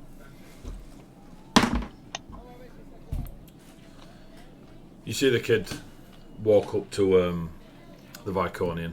It stands out a little bit. I mean, there's a few more people coming in now from Buxy Bay. They've come up from the south, and you can see there's a few more Viconians. There's a couple of the Savai Orcs that are here. You can see folks that are in more casual clothing of Etheria. They're not just like pouring in, but you've just noticed them every now and then that there are folk from all over and all over Etoria, like some that you not recognise directly by face, but by fashion that they're wearing that were in Buxy Bay as well. So the town is definitely filling up, ready for this Feast of Stars in the evening. hands the letter over to the Viconian, who steps forward and raises a hand to the kid, who bolts into the crowd, and then opens the letter. What were your perception? 19.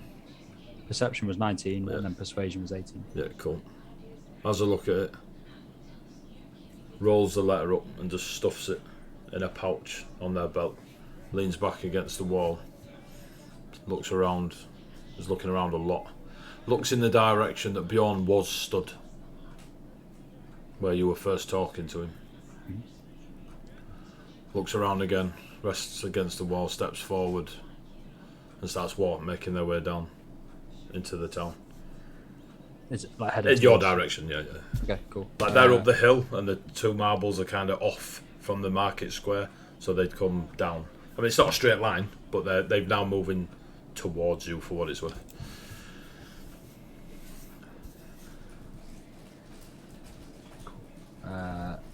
I will. So they're like. So I'm sort of right. They look like they're coming to the right marble. Yeah? They're coming into Ish, they're that coming way. into town, and the marble is on the outside of the town square, so they're at least making their way that way rather than away from you, if that makes sense. Unless they, suddenly book it, it looks roughly in your direction. Cool. So I will head inside the marble and kind of position myself somewhere that I can see the door, but like not be obvious. Like I'll kind of tuck myself away in like a back corner somewhere. And just Are you hiding or just being out of sight? like I'll probably to be So fair, you can I'll still try and- see, but I'll try and position myself. So I'll hide in a sense. I'll try and position myself behind like a larger crowd of people. I'm small anyway. Yeah. So I'll try and position myself like either like kind of at the edge of the table so I can see the door, but like not be seen if somebody just walks in, etc. Give me a performance check, and we'll see if you can just essentially mingle with the crowd rather than Can I hide. see any of this happening while I'm outside? 13 plus 9. No, so I'll get to you in a 22. bit, Althea. Okay. So, what you notice when you come out is you couldn't at first see Bjorn and Velk, but then you see Velk walk past you over to the right marble and then walk into the right marble maybe 10 minutes after you've been looking for Ray and you can't see her. You can't see Bjorn. Bjorn's around the corner.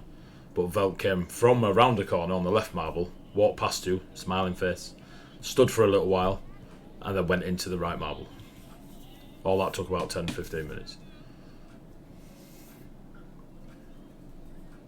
Lean again. How far away is the left marble from the right marble in terms There of is where a I am? large storage shed, if you remember, that splits them both, where you could store like barrels and such. Yeah. So that is about 20 feet wide. So there's Okay. a 20-foot shed separates the two buildings. Okay. I'll lean against that shed, and keep stare at the entrance that I've just seen Velk walk into. Just keep eyes on the right marble. I'm not going to follow him, and just keep eyes and see how long he's in there for, and like if he's just going in and coming out Right. again. I'm gonna Just when you say 20 foot, do you mean like 20 meters? Like 20 foot's not that big. It's 20 Like, foot is it? wide, but it's the length of the taverns. It's like a long storage container. Ah, okay. So backwards. Yeah. I'm with Yeah, you. yeah. So if you look at the two buildings, it's just a 20-foot gap between the two buildings that a storage container's put in, but it's a long storage container.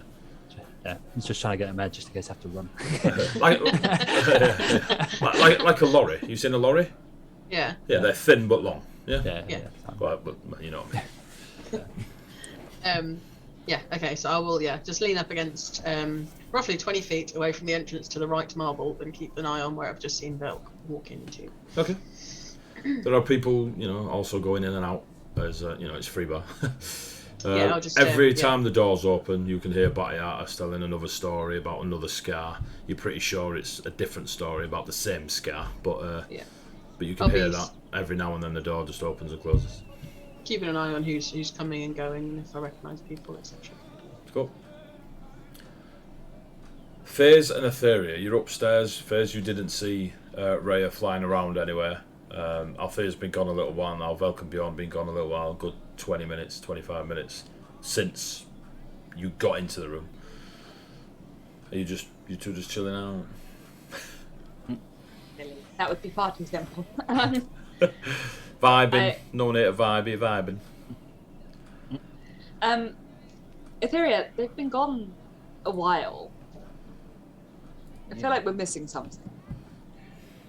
Yeah, where did they go? Where's Beyond? That is always the question, isn't it? Where's Beyond? Probably drinking some made-up concoction and going to end up running naked through the town centre shortly. Stop reading my plot Leo's book. not here. Yeah. I don't think Leo's in town, so we should be safe. Ha. Nothing safe with Beyond. I'm going to go and lurk in one of the more subtle spots I found earlier. Keep an eye on who's coming in and out. Keep an eye on the villa from a distance. Althea had a good idea asking Rhea to lurk and watch, but Rhea's not really here, so I might see if I can find my way onto a roof. Do you want company? So you're going to both Sure. climb onto a rooftop. Gonna give it a go. It's Marcus all over again, isn't it, Mark? Cool. Which rooftop? Right. I am not going to climb directly up the front of a rooftop in the middle of a town centre. I'm Yeah. not a lunatic. Oh, okay. Um, You know the sun's I- up there, yeah? I'm aware the sun's Alright, up. cool. Just go. Yeah. I am more looking for somewhere. Unbelievable. Patience. I'm more looking for somewhere that I will be able to find my way up onto after the sun sets. Okay. Not now. I don't want to climb up onto a rooftop in broad Good daylight. save. Good save. Okay, he's watching this. So are you having a look from the window you opened, or are you going outside and having a wander and seeing? I think I have a wander because I want to find the best possible vantage point to view. Ideally, I want to be able to see the villa and the town square. Okay, I'll wander with. cool. We've So got you, our cloaks up. Yeah. your red cloak, yeah. Yeah.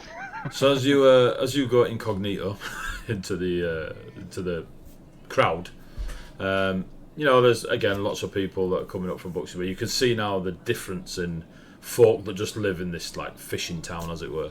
The tables are now heavily laden with foods, meats, and again fresh salads and such. There is a lot of dip going around the place, but varying flavours. None I've ever tasted. But you can certainly see that these 200 plus tables are now getting filled with jugs of wine and jugs of ale. There are red wines and purple wines. There are almost thick. It looks like the water's got a glycerin sort of look to it, but there is quite a potent alcoholic smell coming from it. And then there are jugs of water, and there are jugs of ale and stuff, and there are all these cups all around there and stuff. And you can see now that this buffet is in full thingy. As you pop out, you just casually see Althea leaning against a wall, just staring around, looking around the place. No sign of Velk, no sign of Bjorn. Do you interact with Althea or just go off looking? Gonna wave. Hi. I'll Where are you going? Scouting out some good vantage points to be able to watch things this evening. Okay. Have fun. Felk's in there. I don't know where Bjorn is. Always the question. Is Velk okay? Yeah, I think so. He just wandered in. I think he's just doing Velk things, but I'm just waiting here for him to come out and for Bjorn to reappear. I don't want to wander too far. Because they said they were just, or Bjorn said he was just standing out here and he's not. So I don't know what's going on, but I'm going to hopefully wait for one of them to reappear and find out. Okay, well, me and my incredibly subtle companion, us being the two most subtle people in our party, Yes. are going to go for a wander. We found ourselves left in the room, so we decided to wander off. Okay. Just be safe and don't do anything I would. Just be safe. I'll message you if something happens. Yeah, as long as just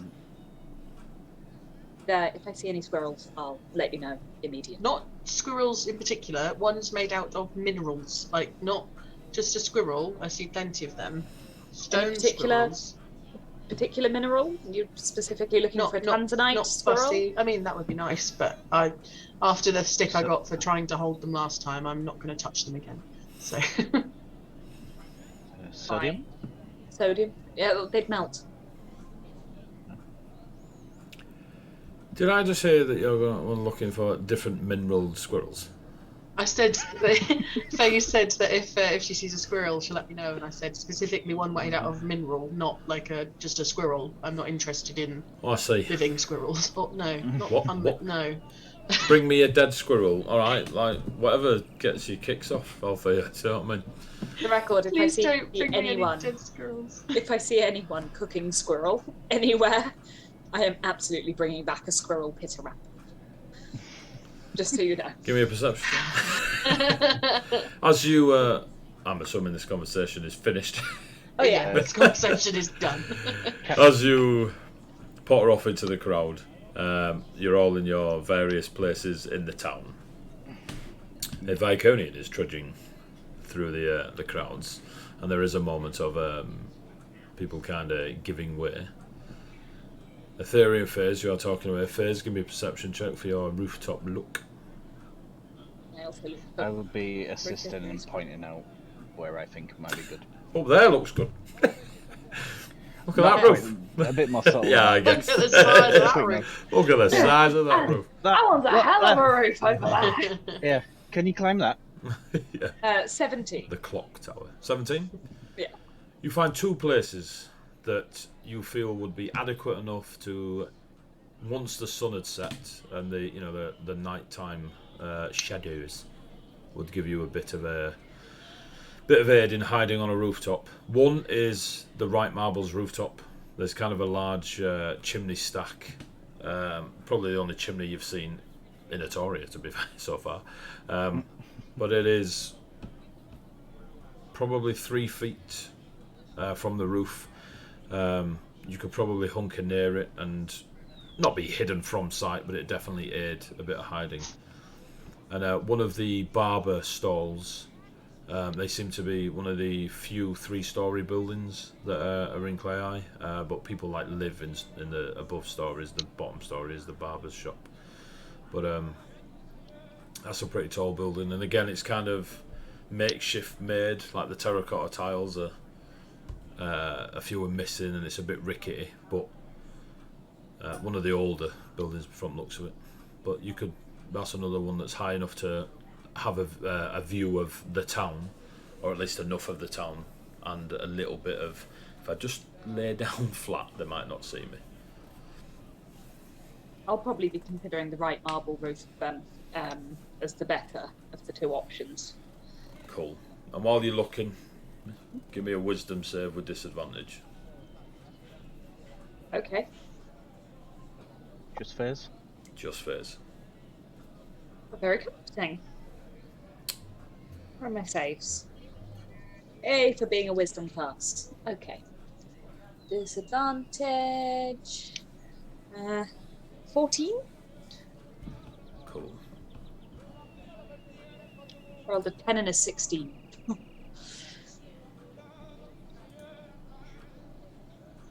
2 seconds.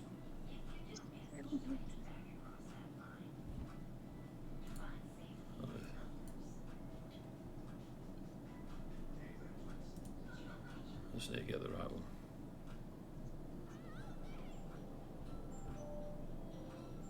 Could you hear that? No, sorry. You might want to turn your Sunscape up. I don't even have Face the can't use notification it. on. You don't I have can't it? use it. Oh, No.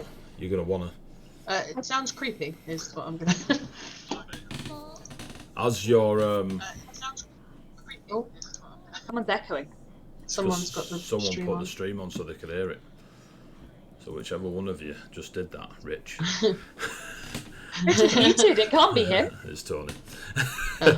So, as you...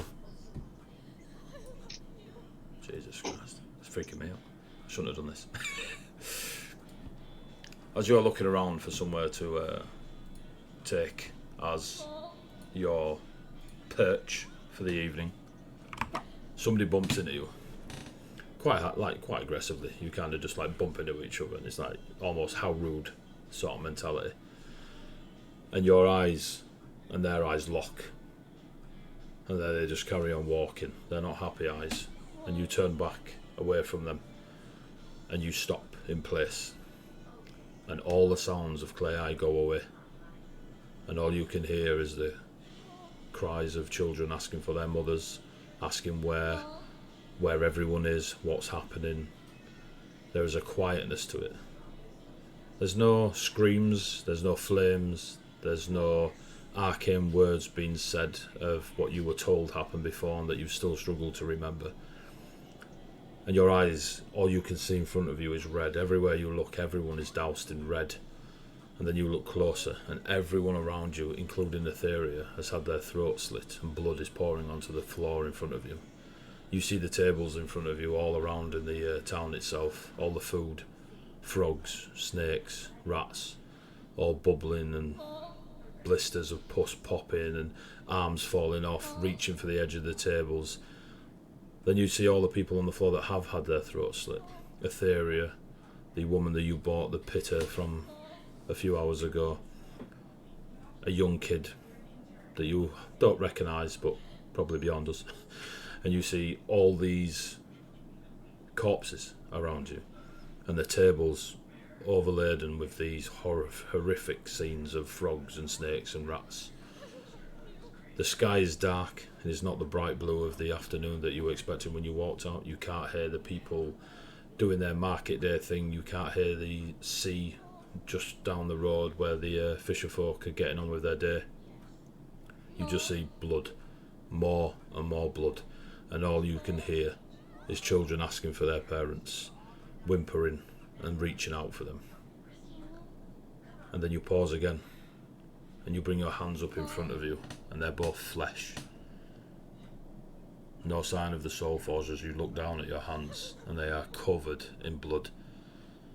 And then your left side, you see your left hand, the flesh of it start to burn away till you see the skeleton of your hand, and then the skeletal part turns to dust and fades away, and you can see it chasing up your arm.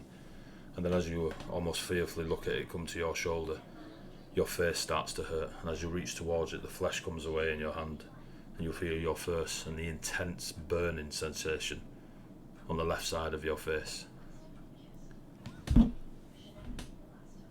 And then you snap out of it.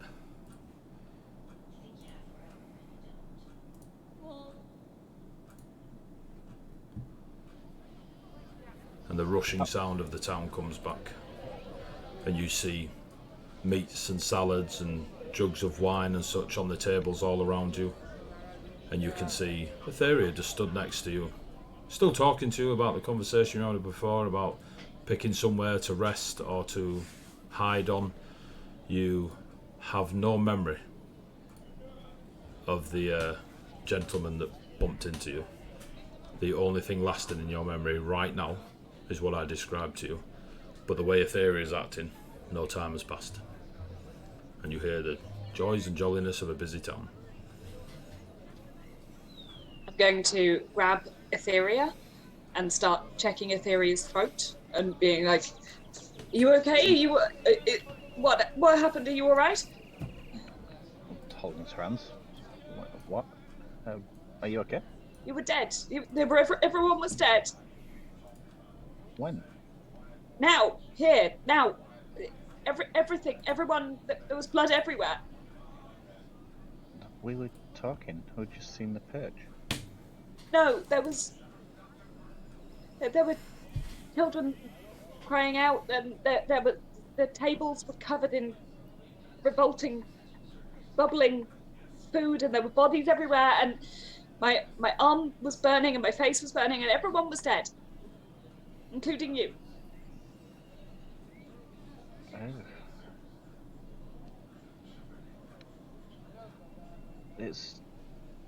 It's daytime. Everything's okay. The tables are full of food. People are alive. I'm alive. I'm going to check Etheria's neck again and be like, Give me a medicine check.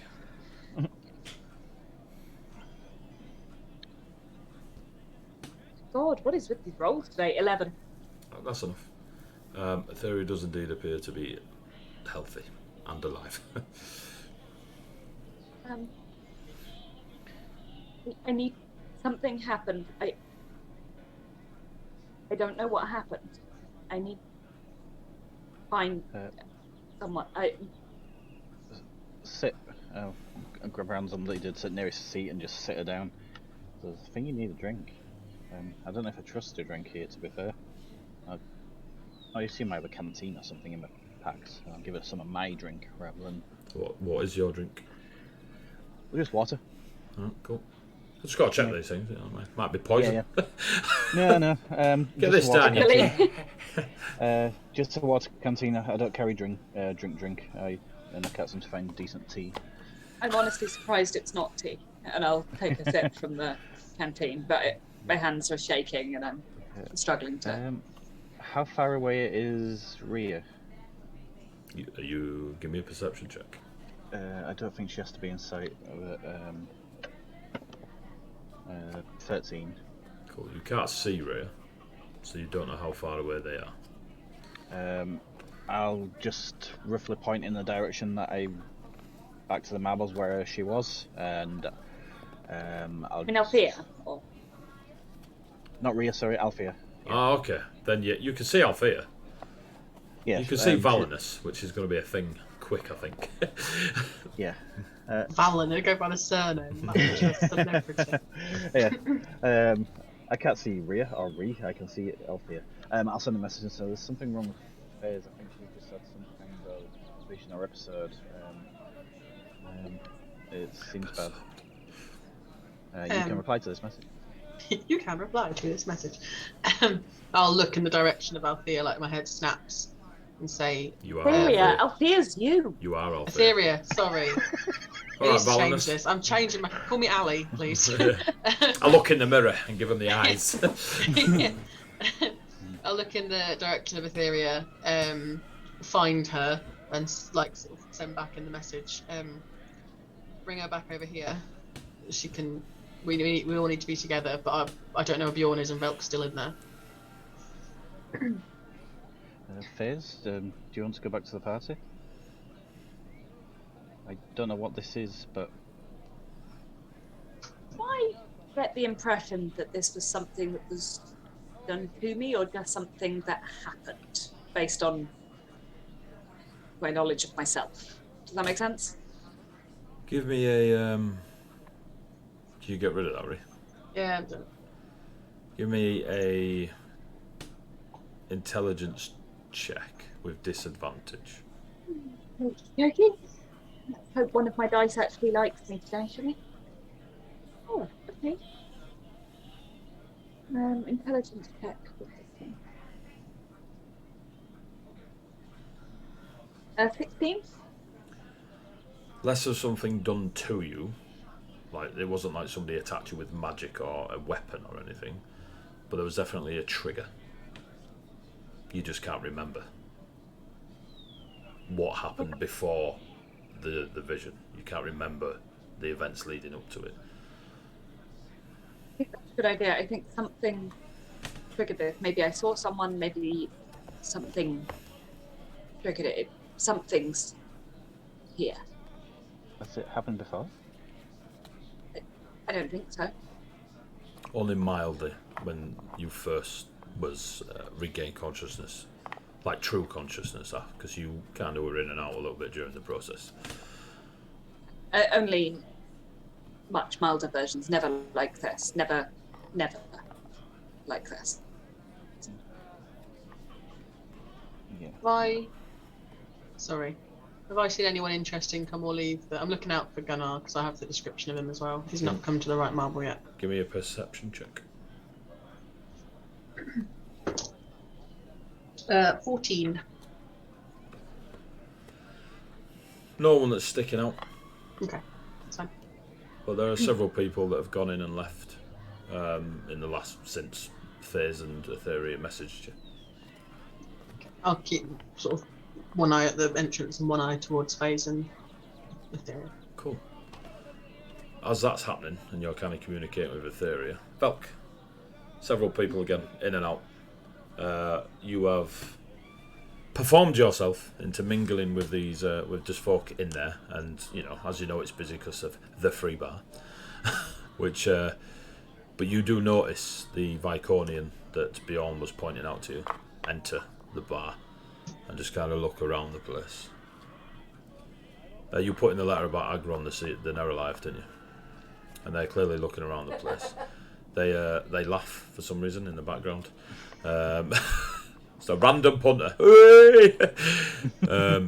Someone drops a glass. Yeah, every time.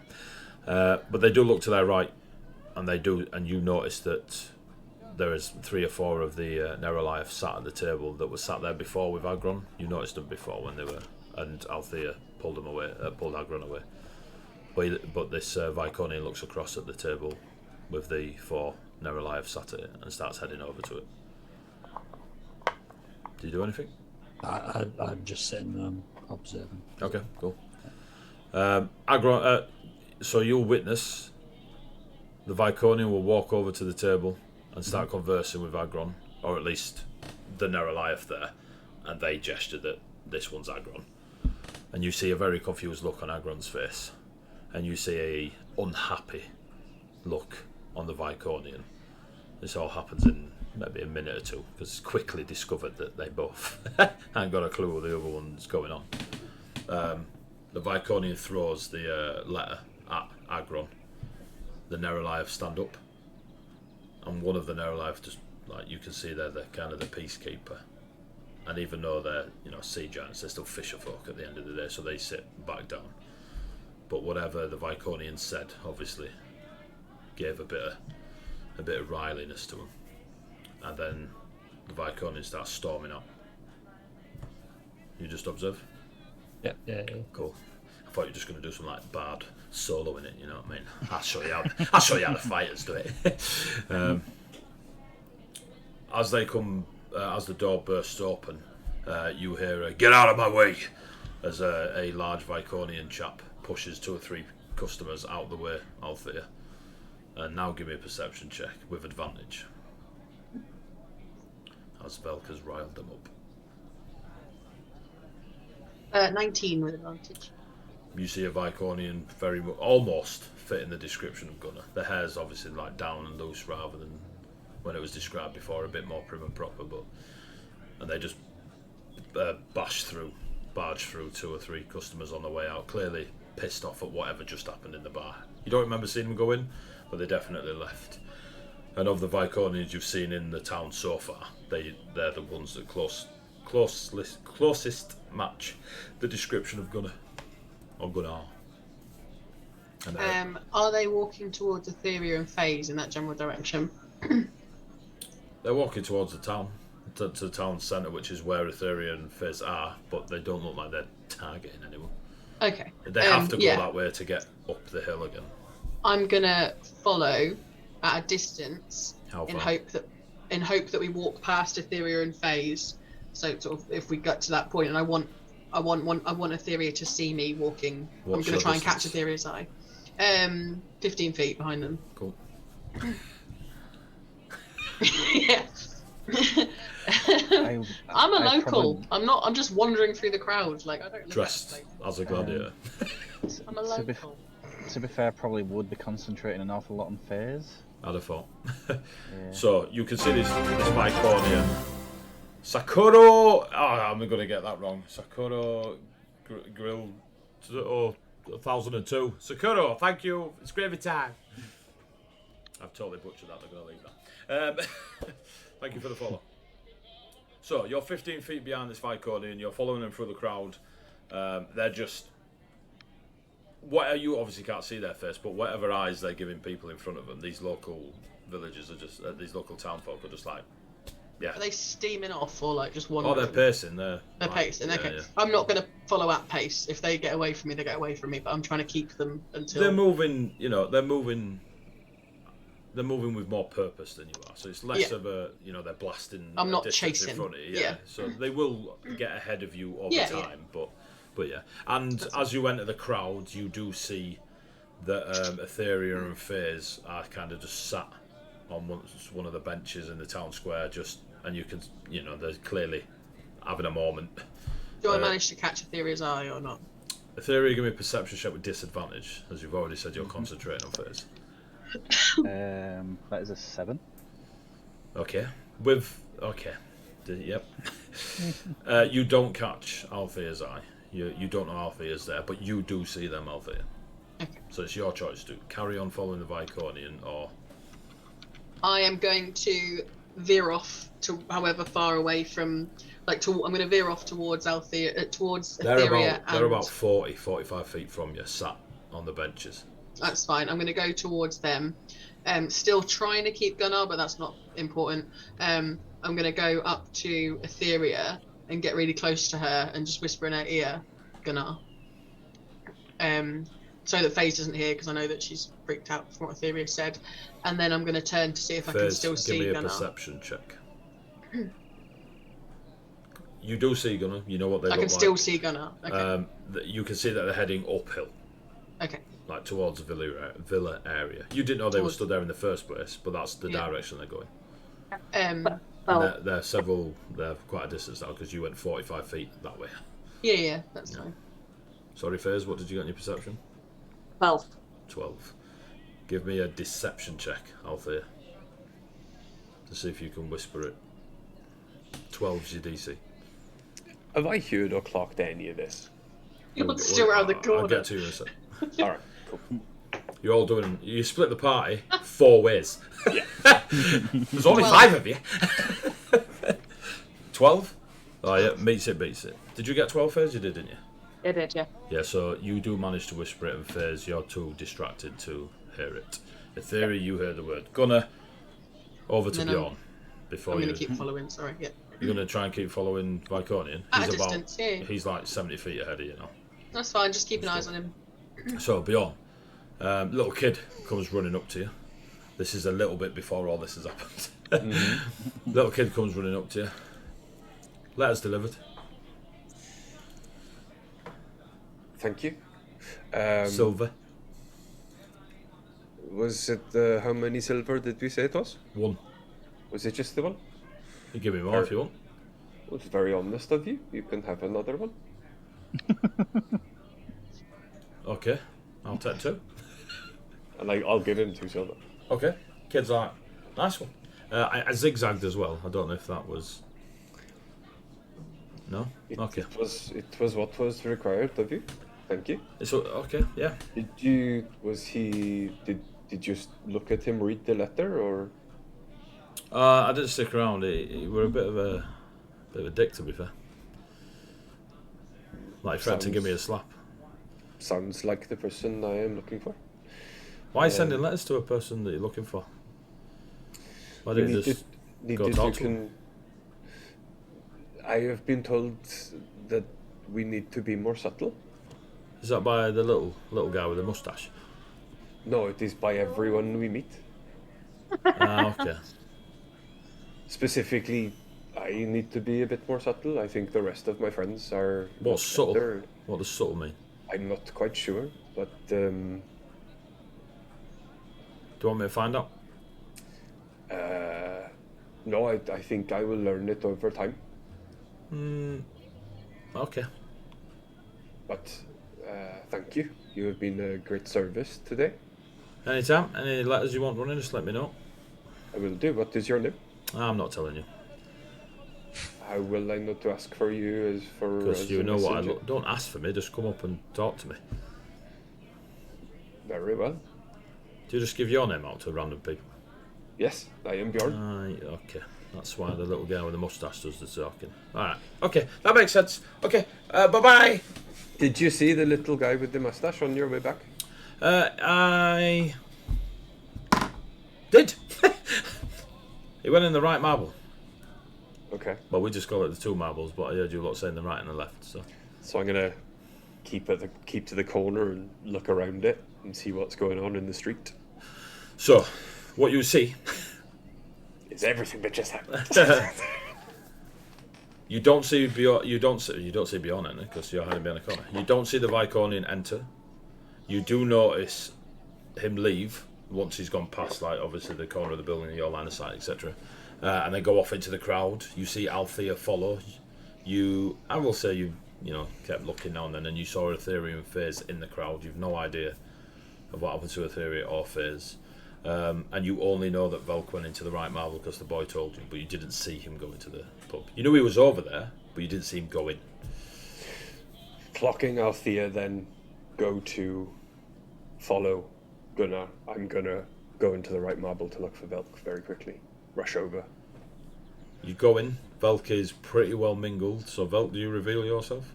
Yeah, I'll Cool. be waiting a little bit of time and then heading out anyway. So like if I see him, You half bump into each other. Like Velk's coming through the door as you kind of like get to it.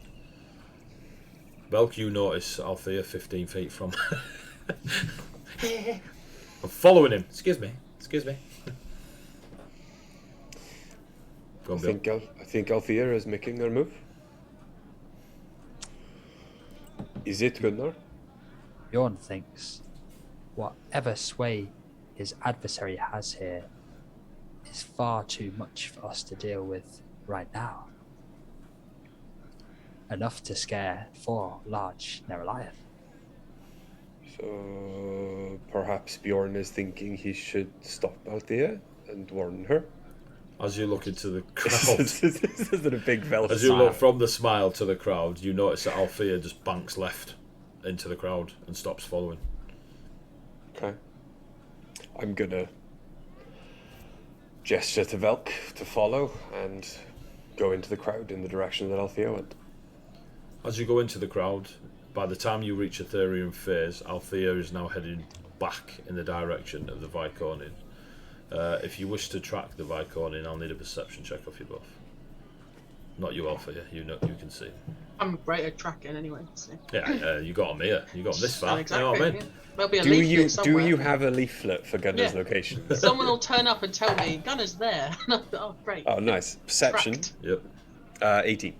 Cool. Are you trying Velk or? I'm just going for like wherever Bjorn is going. Cool. So you two currently heading at Etheria and Phase. You see Althea go back into the, well, it's still crowded, but deeper into the crowd. And beyond, you do see the Viconian that you believe to be gonna maybe 90 feet up the way, away from you, maybe 100, heading back to where you first saw him standing. I mean, I say heading. It's not like you're gonna go. That's his final destination. He's heading up the hill, and you notice Althea is about 70 feet behind him. She's having to push through the crowd. People are moving out of his way. Do I clock that Faze looks rattled? I would say, like, they don't clock you two, and you're only like 15 feet away, and Faze is kind of looking off in the distance. I mean, so far she's always had a word or two to say when you tip up. There is no acknowledgement of your arrival. And you are a people person, so you do see that Faze is slightly distraught. And Velk, you see it a mile away. Fucking Velk, do you charisma think points. you could catch Althea? Looks at his legs. Big Velk smile. Do you move 30 feet as a norm? Or 25? 25. Cool, just checking. Stay I with go us for it. Yolk. to make sure she is okay. I will catch Althea. And I'm gonna head off after Althea and gonna. Okay. Etheria, Phase, Velk. Go. As soon as Bjorn sets off, I will set off next to him. Okay. I could see a bit of bleed over from Eddie going, I ain't leaving this prick on his own. There's definitely an Edward smile in all of this. So Bjorn, you give out the Avenger commands. Set off. Look to your right. Velk's just staring up at your big cheesy smile. I mean, technically you're 5 feet ahead of him every time. Very well. Try and keep up. I'm gonna make for Althea as quickly as I can. Cool. Etheria, Phase. You're sat on a bench. Phase, you're still slightly rattled, but you've got your senses back. I wouldn't say fully functioning, but you're definitely back in the room. When Althea said Gunnar, I would have sent psychic message saying, "What do we do?" I can't leave Fairs. To me, can I reply to it? Yeah. You can reply to this message. So you're casting it, yeah? Yeah, I'll cast. Yeah, cantrip. Fairs, give me an Arcana check. Okay.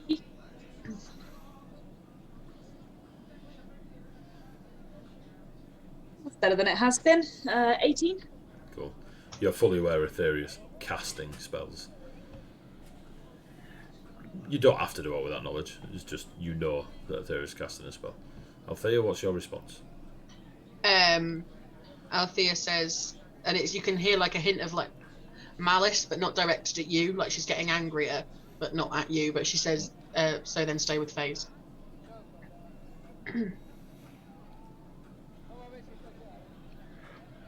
Do you, and she starts to speed up in Don't the worry, crowd. And Etheria. her eyes are going gold. Yeah. And it's all kicking off. There's 2 taverns down there. They've got loads of adventurers. You know. Eddie's actually going to play Buddy next, so it's all right. Yep. What are you casting, Etheria? I was talking to Althea. About? She's following that Viconian. That seems like something she shouldn't be doing alone. Do you follow Etheria's gaze when they say that Viconian? Yes. So you see Althea, you see Velk, you see Bjorn. You don't see a Viconian. What Viconian? You see a crowd of people. He said Gunnar.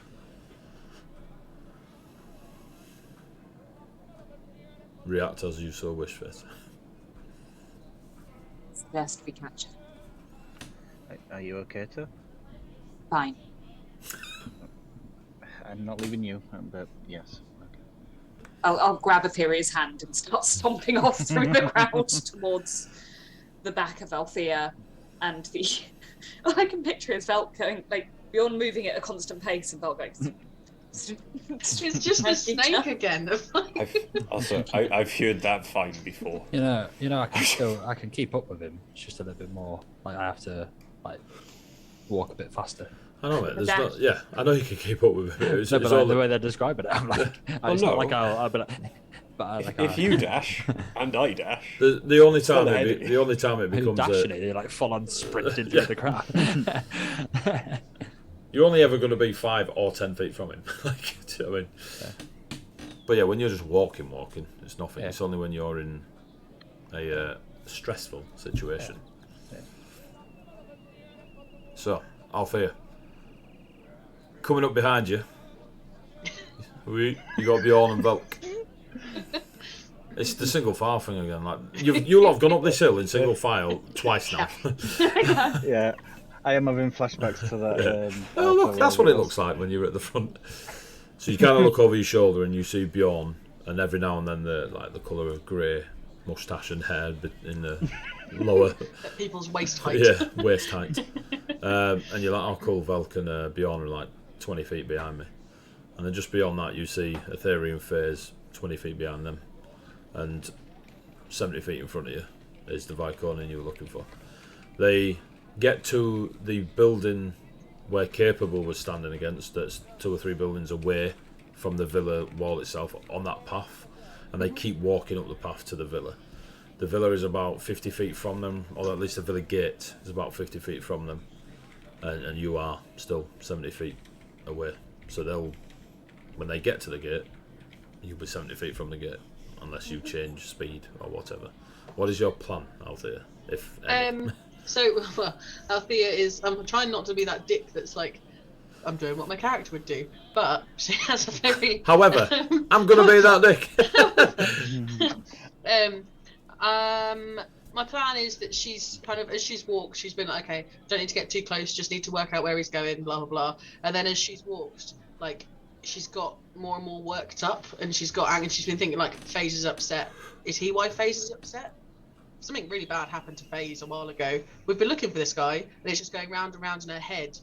And like, her eyes are kind of flashing gold like they do, and she's working herself up more and more. So your And as racial she gets- features are starting to. Yeah, and as she, okay. and as she gets herself more and more worked up, she finds that she's maybe walking with a bit more purpose, and it's like she's losing herself and she's slipping into that, that kind of other side of her that she has of just being she's a scourge Asimar. Yeah. Okay. Right. Bjorn and Velk, what's your plan? I am running, so I'm action, movement dash action.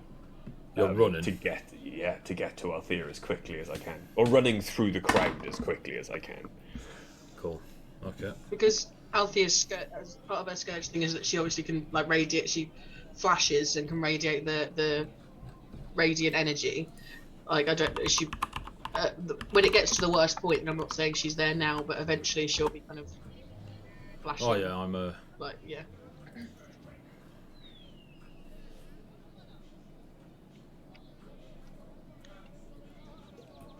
I basically want to rush forward and get to Althea and grab Althea's shoulder. Cool. There we go. That's what I wanted. Right. You start bombing it through the crowd now. It's not a straight line, so you are having to go around people. Velk's smaller than you, so it keeps pace easy because it's essentially not difficult terrain, but it's slowing you down. So Velk. He's running in my wake as well. Well, you don't have to. You can run through people's legs. So they can step left, right. Velk as a gnome can just go cool, straight line. Assuming Velk's going to run with you, yes or no, Velk? Cool. So you are both bombing it towards Althea now. Althea, can you give me a charisma saving throw?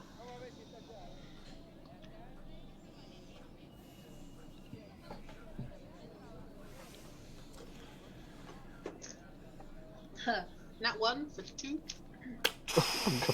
We have four rerolls.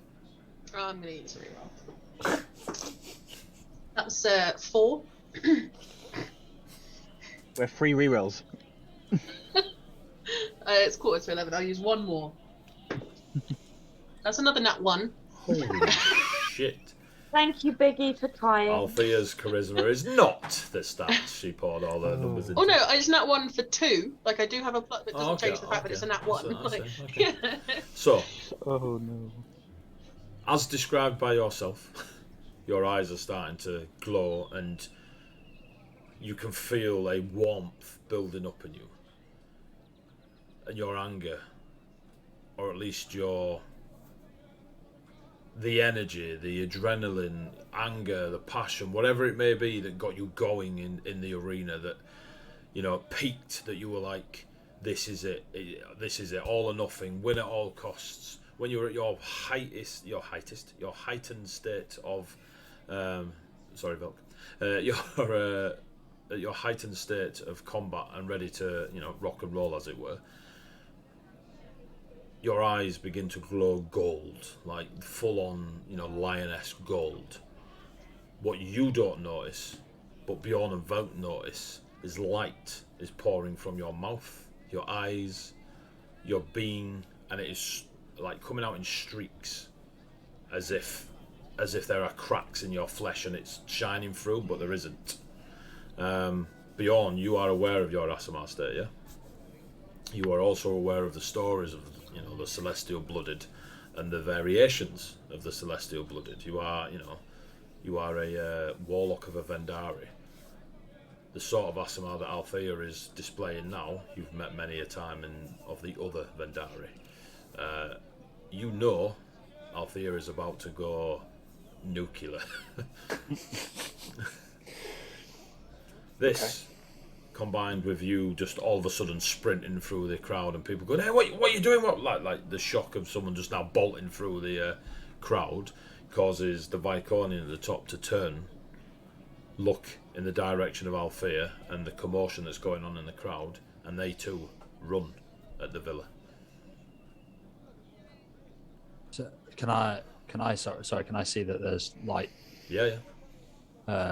So like from the moment I see the light starting to emanate or whatever, I will use a combination of minor illusion and prestidigitation to so they're both within prestidigitation is within 10 foot, but minor illusions within 30 foot. I can create sounds and like illusions of things. Okay. Combining them both, I'd basically like to kind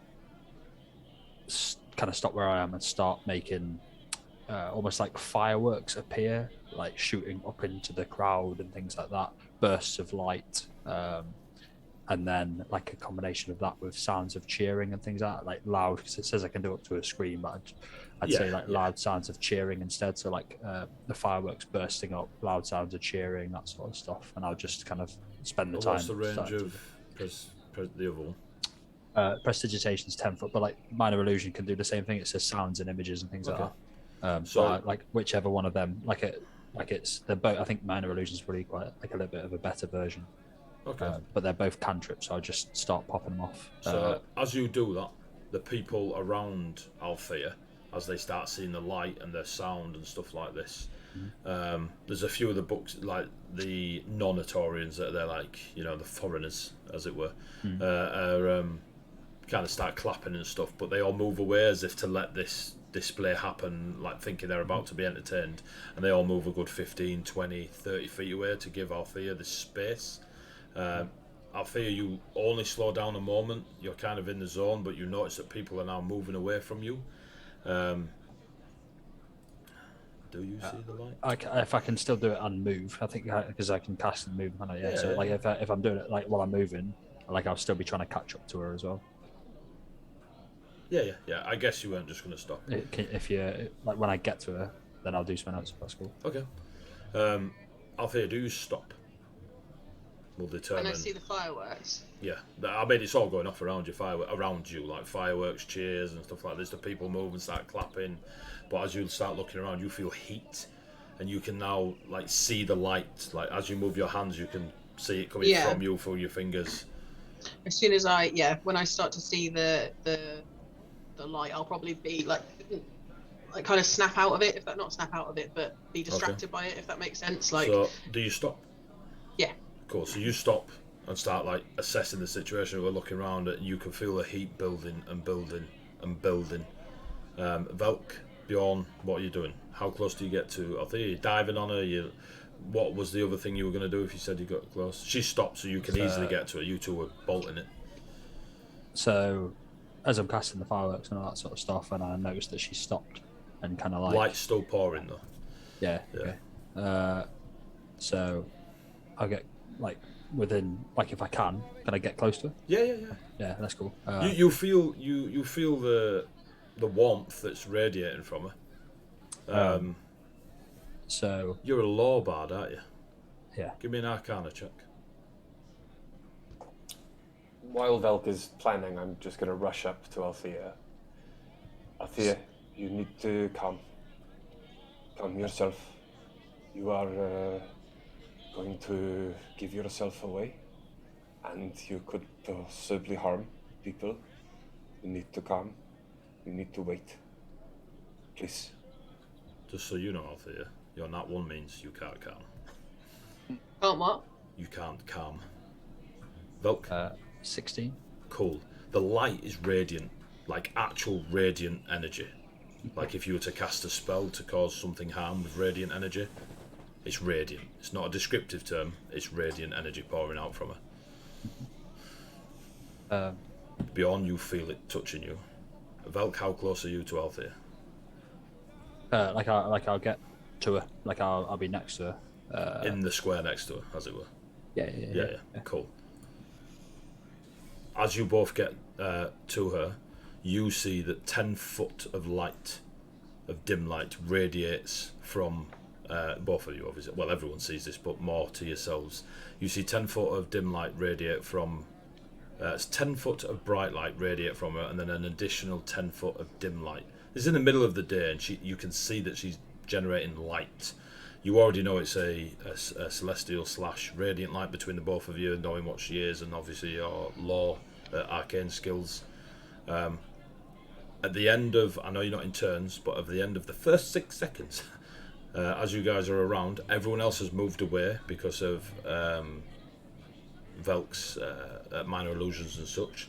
So the only people within the blast radius as Velk, yourself as well, Althea and Bjorn.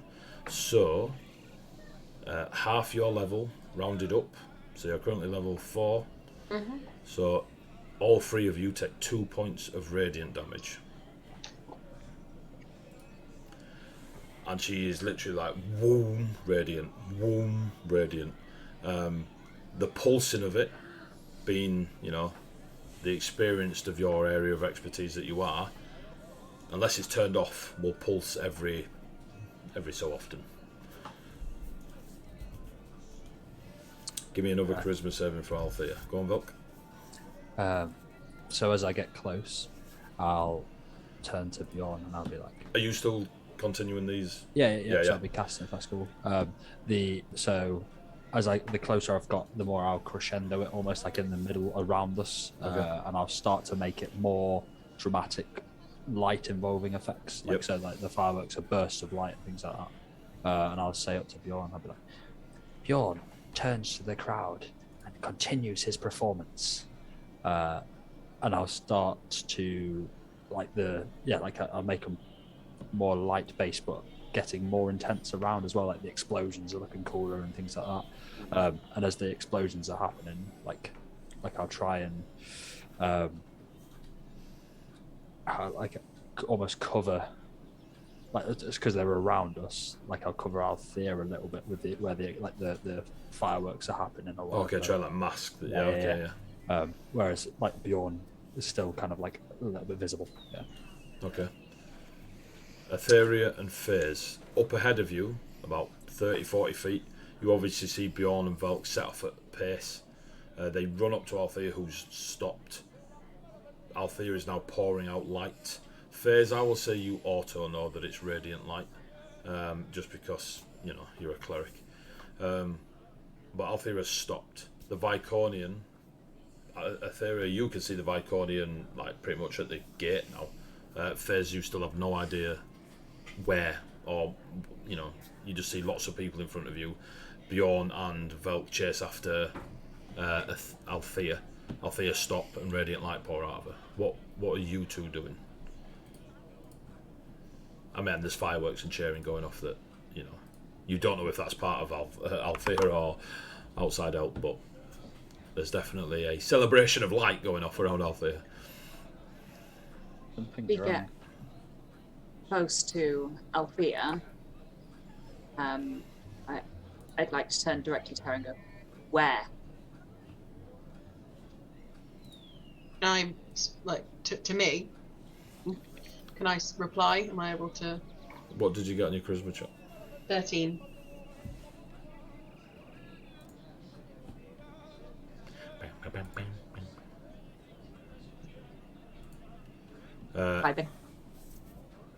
Yes, you are able to reply, but as you reply, you feel exhausted, and your light, not the ones that Velka's setting off, but your light comes back in and seeps back into yourself, whereas there's still all the distraction that Velk's creating going off. Your eyes remain lioness gold, but they're not as like boom, and you just feel a little bit woozy, and you have 1 level of exhaustion. Cool.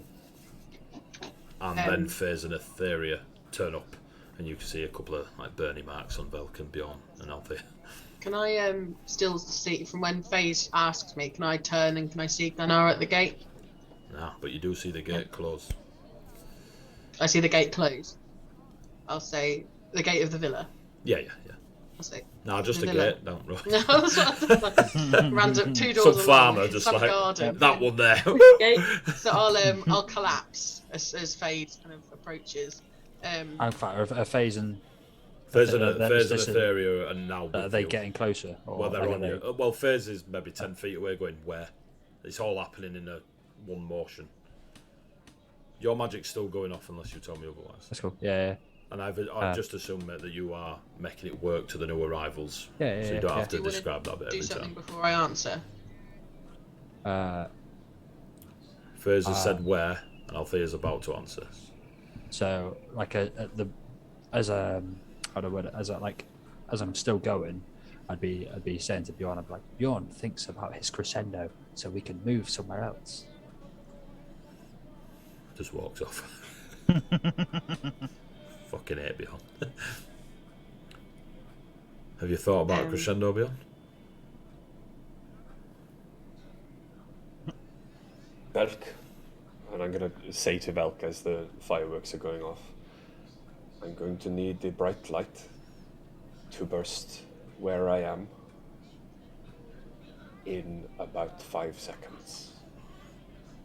I just smile. We'll go with 6 seconds, you awkward shit. About 6 seconds. I need it to be in about around time. Yes. I'm trying to keep this semi like mechanical for spells Fluid. and shit, and you're like 3.5 seconds. Okay. So Althea, whilst they're having their little, party piece going on, Faiz steps up 10 feet away from you. Where you turn, you see the gate close on the villa. I'll just say, like, sort of collapse and say villa. And try and make direct eye contact with FaZe, looking quite apologetic because I realise what's happened. I'm going to start walking towards the villa gate, unless someone stops me or does otherwise. Well, if you've still got my arm, I'll be resisting. So Faiz, we need to stop. I'm going to carry on trying to walk towards the gate and attempt to drag Etheria with me if need be. Athletics check, please. Opposed. Oh, This is very, very much athletics. There is no acrobatics involved. I will backflip and pull their hand. I'm going to take a Flip and reroll. twist them round into. I'm going to take a reroll against Faiz. FaZe, there's one left for you. I love it. I don't need it. Okay. I'm taking that last reroll. Go nuts, man. We're nearly done. Yeah, that's what I'm thinking. That dice instead. Yep. Okay. Not 20. I need a total. 22. Shit. 21. I love how you were like, boom, not 20. I was like, I need a. No, I thought I was going to lose that, to be fair. I also got an average. Yeah, I thought. Although I it don't took need it. Etheria 32 dice. So, Fairz's grip, like is just better than yours. She just lets go of your hand, and as you try to like hold, she just keeps walking. You can walk with her, but you're no longer in a position to physically stop her. Yeah, Not running, I'm walking. Yeah. Faiz, stop. We need to be smart. We I know want where to he be is. smart. I know, but we know where he is. He's not going anywhere. I don't care. I don't care if he's not going anywhere. I don't care if he's enjoying himself and having a nice party. I want to have a conversation. It's not just him in there. Then we're going to have a conversation with a lot of people. I'm not sure it'll be a conversation while he's in there. It might be best to wait until he comes out. Or until some other people come out and then we can go in. Do you think he's going to come back out? I don't know. I'll go with you no matter what, but I think we need to be smart about this. You're Be about nice. You're 30 feet closer, so you're about 40 feet from the gate. And Althea, Velk, and Bjorn are behind you. As Althea's kind of like taking a knee on the floor. And Velk's like doing little storms and stuff above her, matching her kneel. The crowd are still thinking it's brilliant. They're having a whale of a time over there.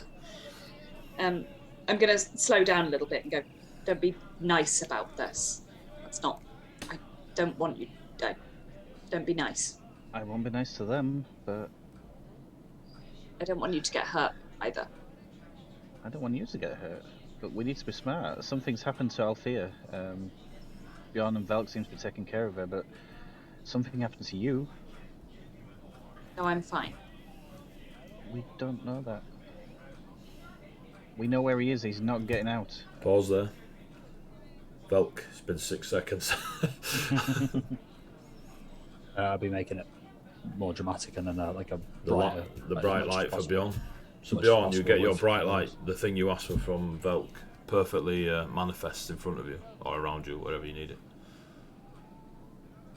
What do you do? You said the Etheria phase were now 30 feet away from us? Yeah. Cool, okay. As the bright light bursts, obviously I'm assuming just covering us in light, I'm going to cast Misty Step and appear next to Phase. Okay. Bright light. Poof. You disappear, reappear 30 feet over the way. Crowd goes nuts.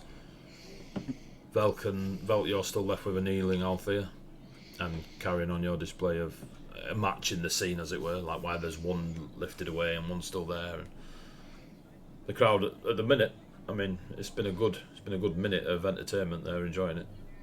You get a lot of ooh, hoping Althea's okay. They don't know if it's part of the story that you're wielding with your magics. Them three are 30 feet from you two now. I'll lean into Althea and be like, Althea thinks about lifting her arms to the sky. Althea will, like, kind of clocking what's going on, and she's caused a mess, and now Velk's trying to clean it up. Instead, like, get to her feet and look to the sky and raise her arms triumphantly, possibly, is the attitude we're going for with the sky. Yeah. What's the spin, Velk? As she does it triumphantly, I will crescendo it on. I'll cast invisibility on her so she just disappears. Okay. And then do you stop all the other? Because the other stuff will stop, won't it? Rest of the effect, yeah. So Yeah. like it will stop Altogether, she'll invisibility. disappear. Yeah. Little bow to the crowd type thing. Yeah, and so as she disappears, I'll turn around and like swoop to the crowd, and then like the moment after, I'll basically make like a load of food appear around me in the open space, like as if it's part of the festivities for the food and all that sort of Is stuff. it real And then- food? No. It's illusionary like food. illusionary food. Yeah. But I'll just start making that pop and things like that. Like just Okay. little like they'll kind of pop. And then let it fade out. And then it fade out, and I'll the just start applause. walking Okay. into the crowd. Yeah. Exactly that. As soon as you go, no more lights and special effects, boom, invisibility, the crowd pause and then just go bananas. Like they're it's brilliant. I mean, half a lot from Buxy Bay have turned up and they're half cut already, but everyone is like the local folks, the fisher folks, those that have turned up for the feast. Like everyone is just clapping. I mean, they've been hard at work for the last 4 or 5 days. They are loving it, and there is a lot of cheering for yourself as you walk past Velk, and then you kind of just do what you do best and mingle with the crowd. Althea, you're invisible currently. People still give that area a bit of a wide berth because even though it was entertaining and magic's in the world, they still, other than this feast once a year, just fish. Slowly follow Velk if I can. I'll say it's easy enough. The crowd's sick enough that you're bumping into people, they probably think it's other people. Like, you keep an eye on Velk. You are slow moving, but you know you're all right. You're just tired as fuck. Yeah. Etheria phase beyond. I'm going to put my hand on FaZe's arm, as obviously I'm aware. I can see that FaZe is still trying to walk towards the villa, and just say, "You cannot claim your answers or your vengeance if you are dead. Now is not the time." When is the time? When is the appropriate time? A wise woman once said to me that perhaps we should have a plan. We don't have a plan, Bjorn. We have watching, observing, waiting. It's not a plan. It's an inaction. And I'm trying to be patient. I'm trying not to cause problems.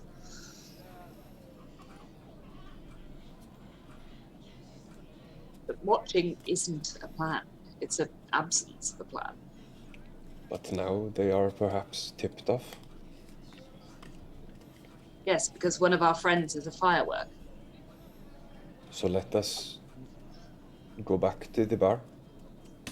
Wait until perhaps the commotion has died down and they are lulled into the security of the festival, and then they will return. And it would be much easier to target them.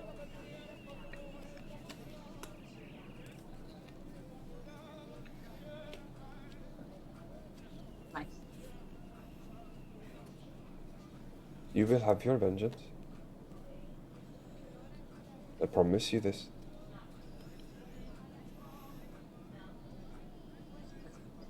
And I'm going to stomp back down the same hill that I've been up and down 4 times that day and stomp off into the crowd to go and find the lady herself, the Pitterbreads. Etheria, She's easily found. would you do me the favor of watching face? Yes. I feel if they are prepared for this evening's feast, when we see them again, I should perhaps go to the bar and have a bit of a rest. I don't think there's any surprise in them now. Then I perhaps feel I should be at my fullest capacity to help. So I'm going for a rest. And perhaps another drink.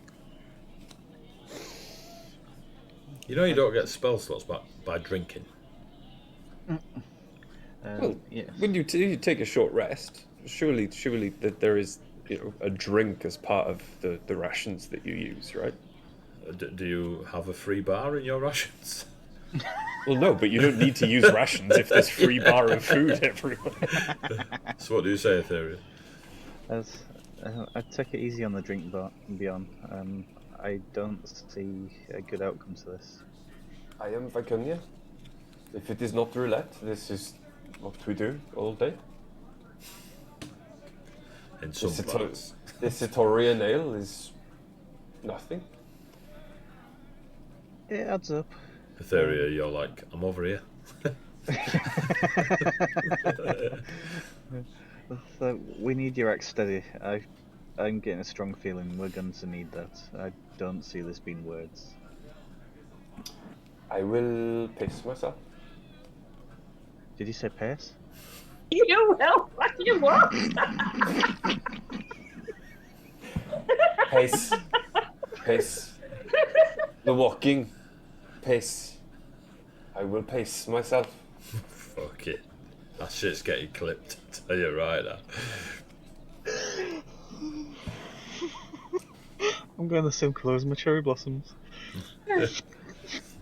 I will kiss myself. Good for you. Once Face has calmed down, bring her back to the left bowl. Marble. Yes, marble. That is the word I was looking for. Touring ale, it's nothing, you know what I mean? Bring her back to the left marble. I think it could be a good idea to keep eyes on the villa too, because we don't want them getting away. I don't want face to face that. Then I will set up shop here. Send me a message if you need me. And I'm gonna grab some food and a drink and sit down and watch the villa. Cool. We're capable. Are you just going to hang about at the top of the hill, watch the thing? Yeah, okay. So, beyond, you food and drink up there. Fairs, you have to find the lady for food and drink. I'm off to find the lady with the Pitterbread. But To I'm eat not. them? Or? No, I'm just checking that she's alive. I just wanted to glance at her. I'm not going to get anything. I just wanted to make sure she was okay. She looks it from here. Once I'm invisible, aren't I? You are. you're still invisible, yeah. Alright. Once I've made you're sure. not the pit lady, she's not looking at you. No, I know. I couldn't remember it. I was I'll busy see if I clipping It's like your something. gladiator name, is it? No, I was clipping something from a. Weird.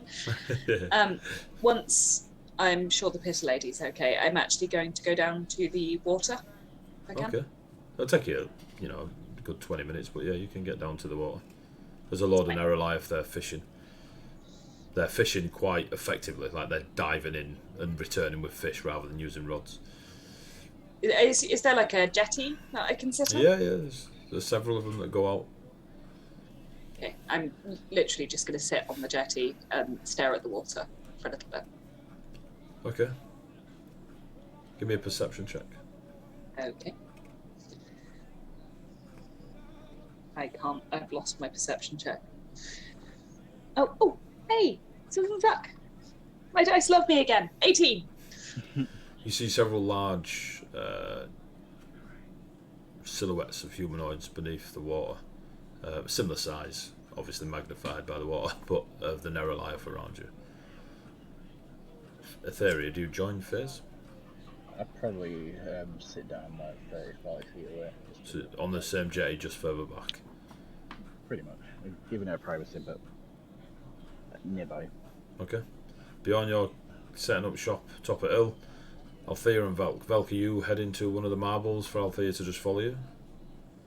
Yeah, you're muted, Go Pop. back to our room. Cool. So you following Velk, he leads you all the way back to the rooms that you've got in the left marble. The invisibility you can drop yourself, or Velk can drop it with concentration. I'll let you two decide. And we'll call the session there while you're all split all over the place again.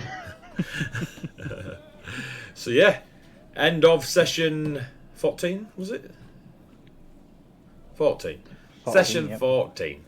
We've got loads more followers, so thank you for that. We've got some subscriptions, so thank you for that. There's some people followed me yesterday, and I don't know, but they don't notify me. Anyway, thank you very much for that. It's been brilliant. If you're still around, great. I hope you enjoyed it. Those of you that could hear Sunscape, I hope the nice, smooth transition to scary music back to town music was pretty cool and atmospheric. I found it pretty cool, hopefully. So check us out, do all the social media stuff on Instagram and Twitter and blah blah blah. Just look for Heavyweight Gaming. We're on YouTube, we've got a Discord. Push the buttons underneath the stream, they'll take you to all the places that I've just said.